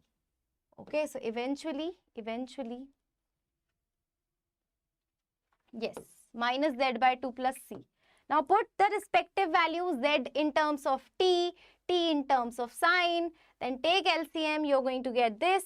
And now use the initial condition. As per the question only, they are saying that lambda is equals to 3 and fx is equals to this. So yes, so you will get the final answer. Okay, okay. Yes, I hope you'll be able to do that. Okay, now there is nothing much left in this question. Okay, all right, yes. Okay, now I would like to tell you that please do not overburden your brain.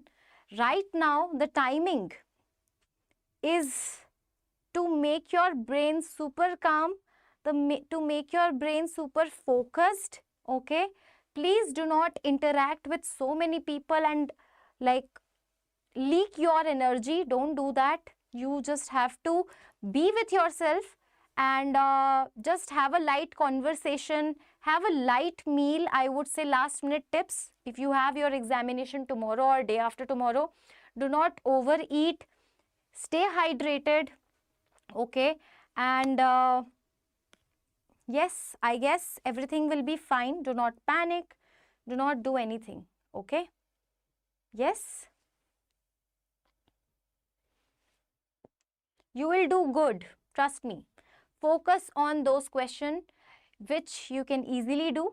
Do not try to overdo questions because it will give you negative marking. What we do is that suppose I am not able to solve so many questions, so in the panic situation I'll be doing some tukka thing. Please do not do tukka work. Mark only those questions which you are absolutely sure about, and you know what, limit your tukka also, that 1 or 2 tukka I will apply per subject, not more than that. Okay, yes, all right.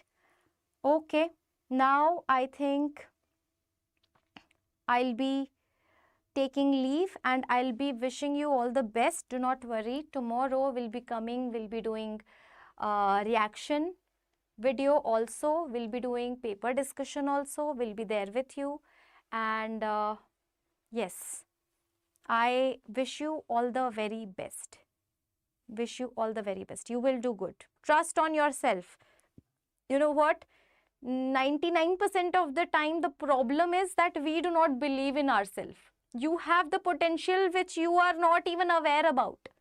Okay? Yes? Bye-bye.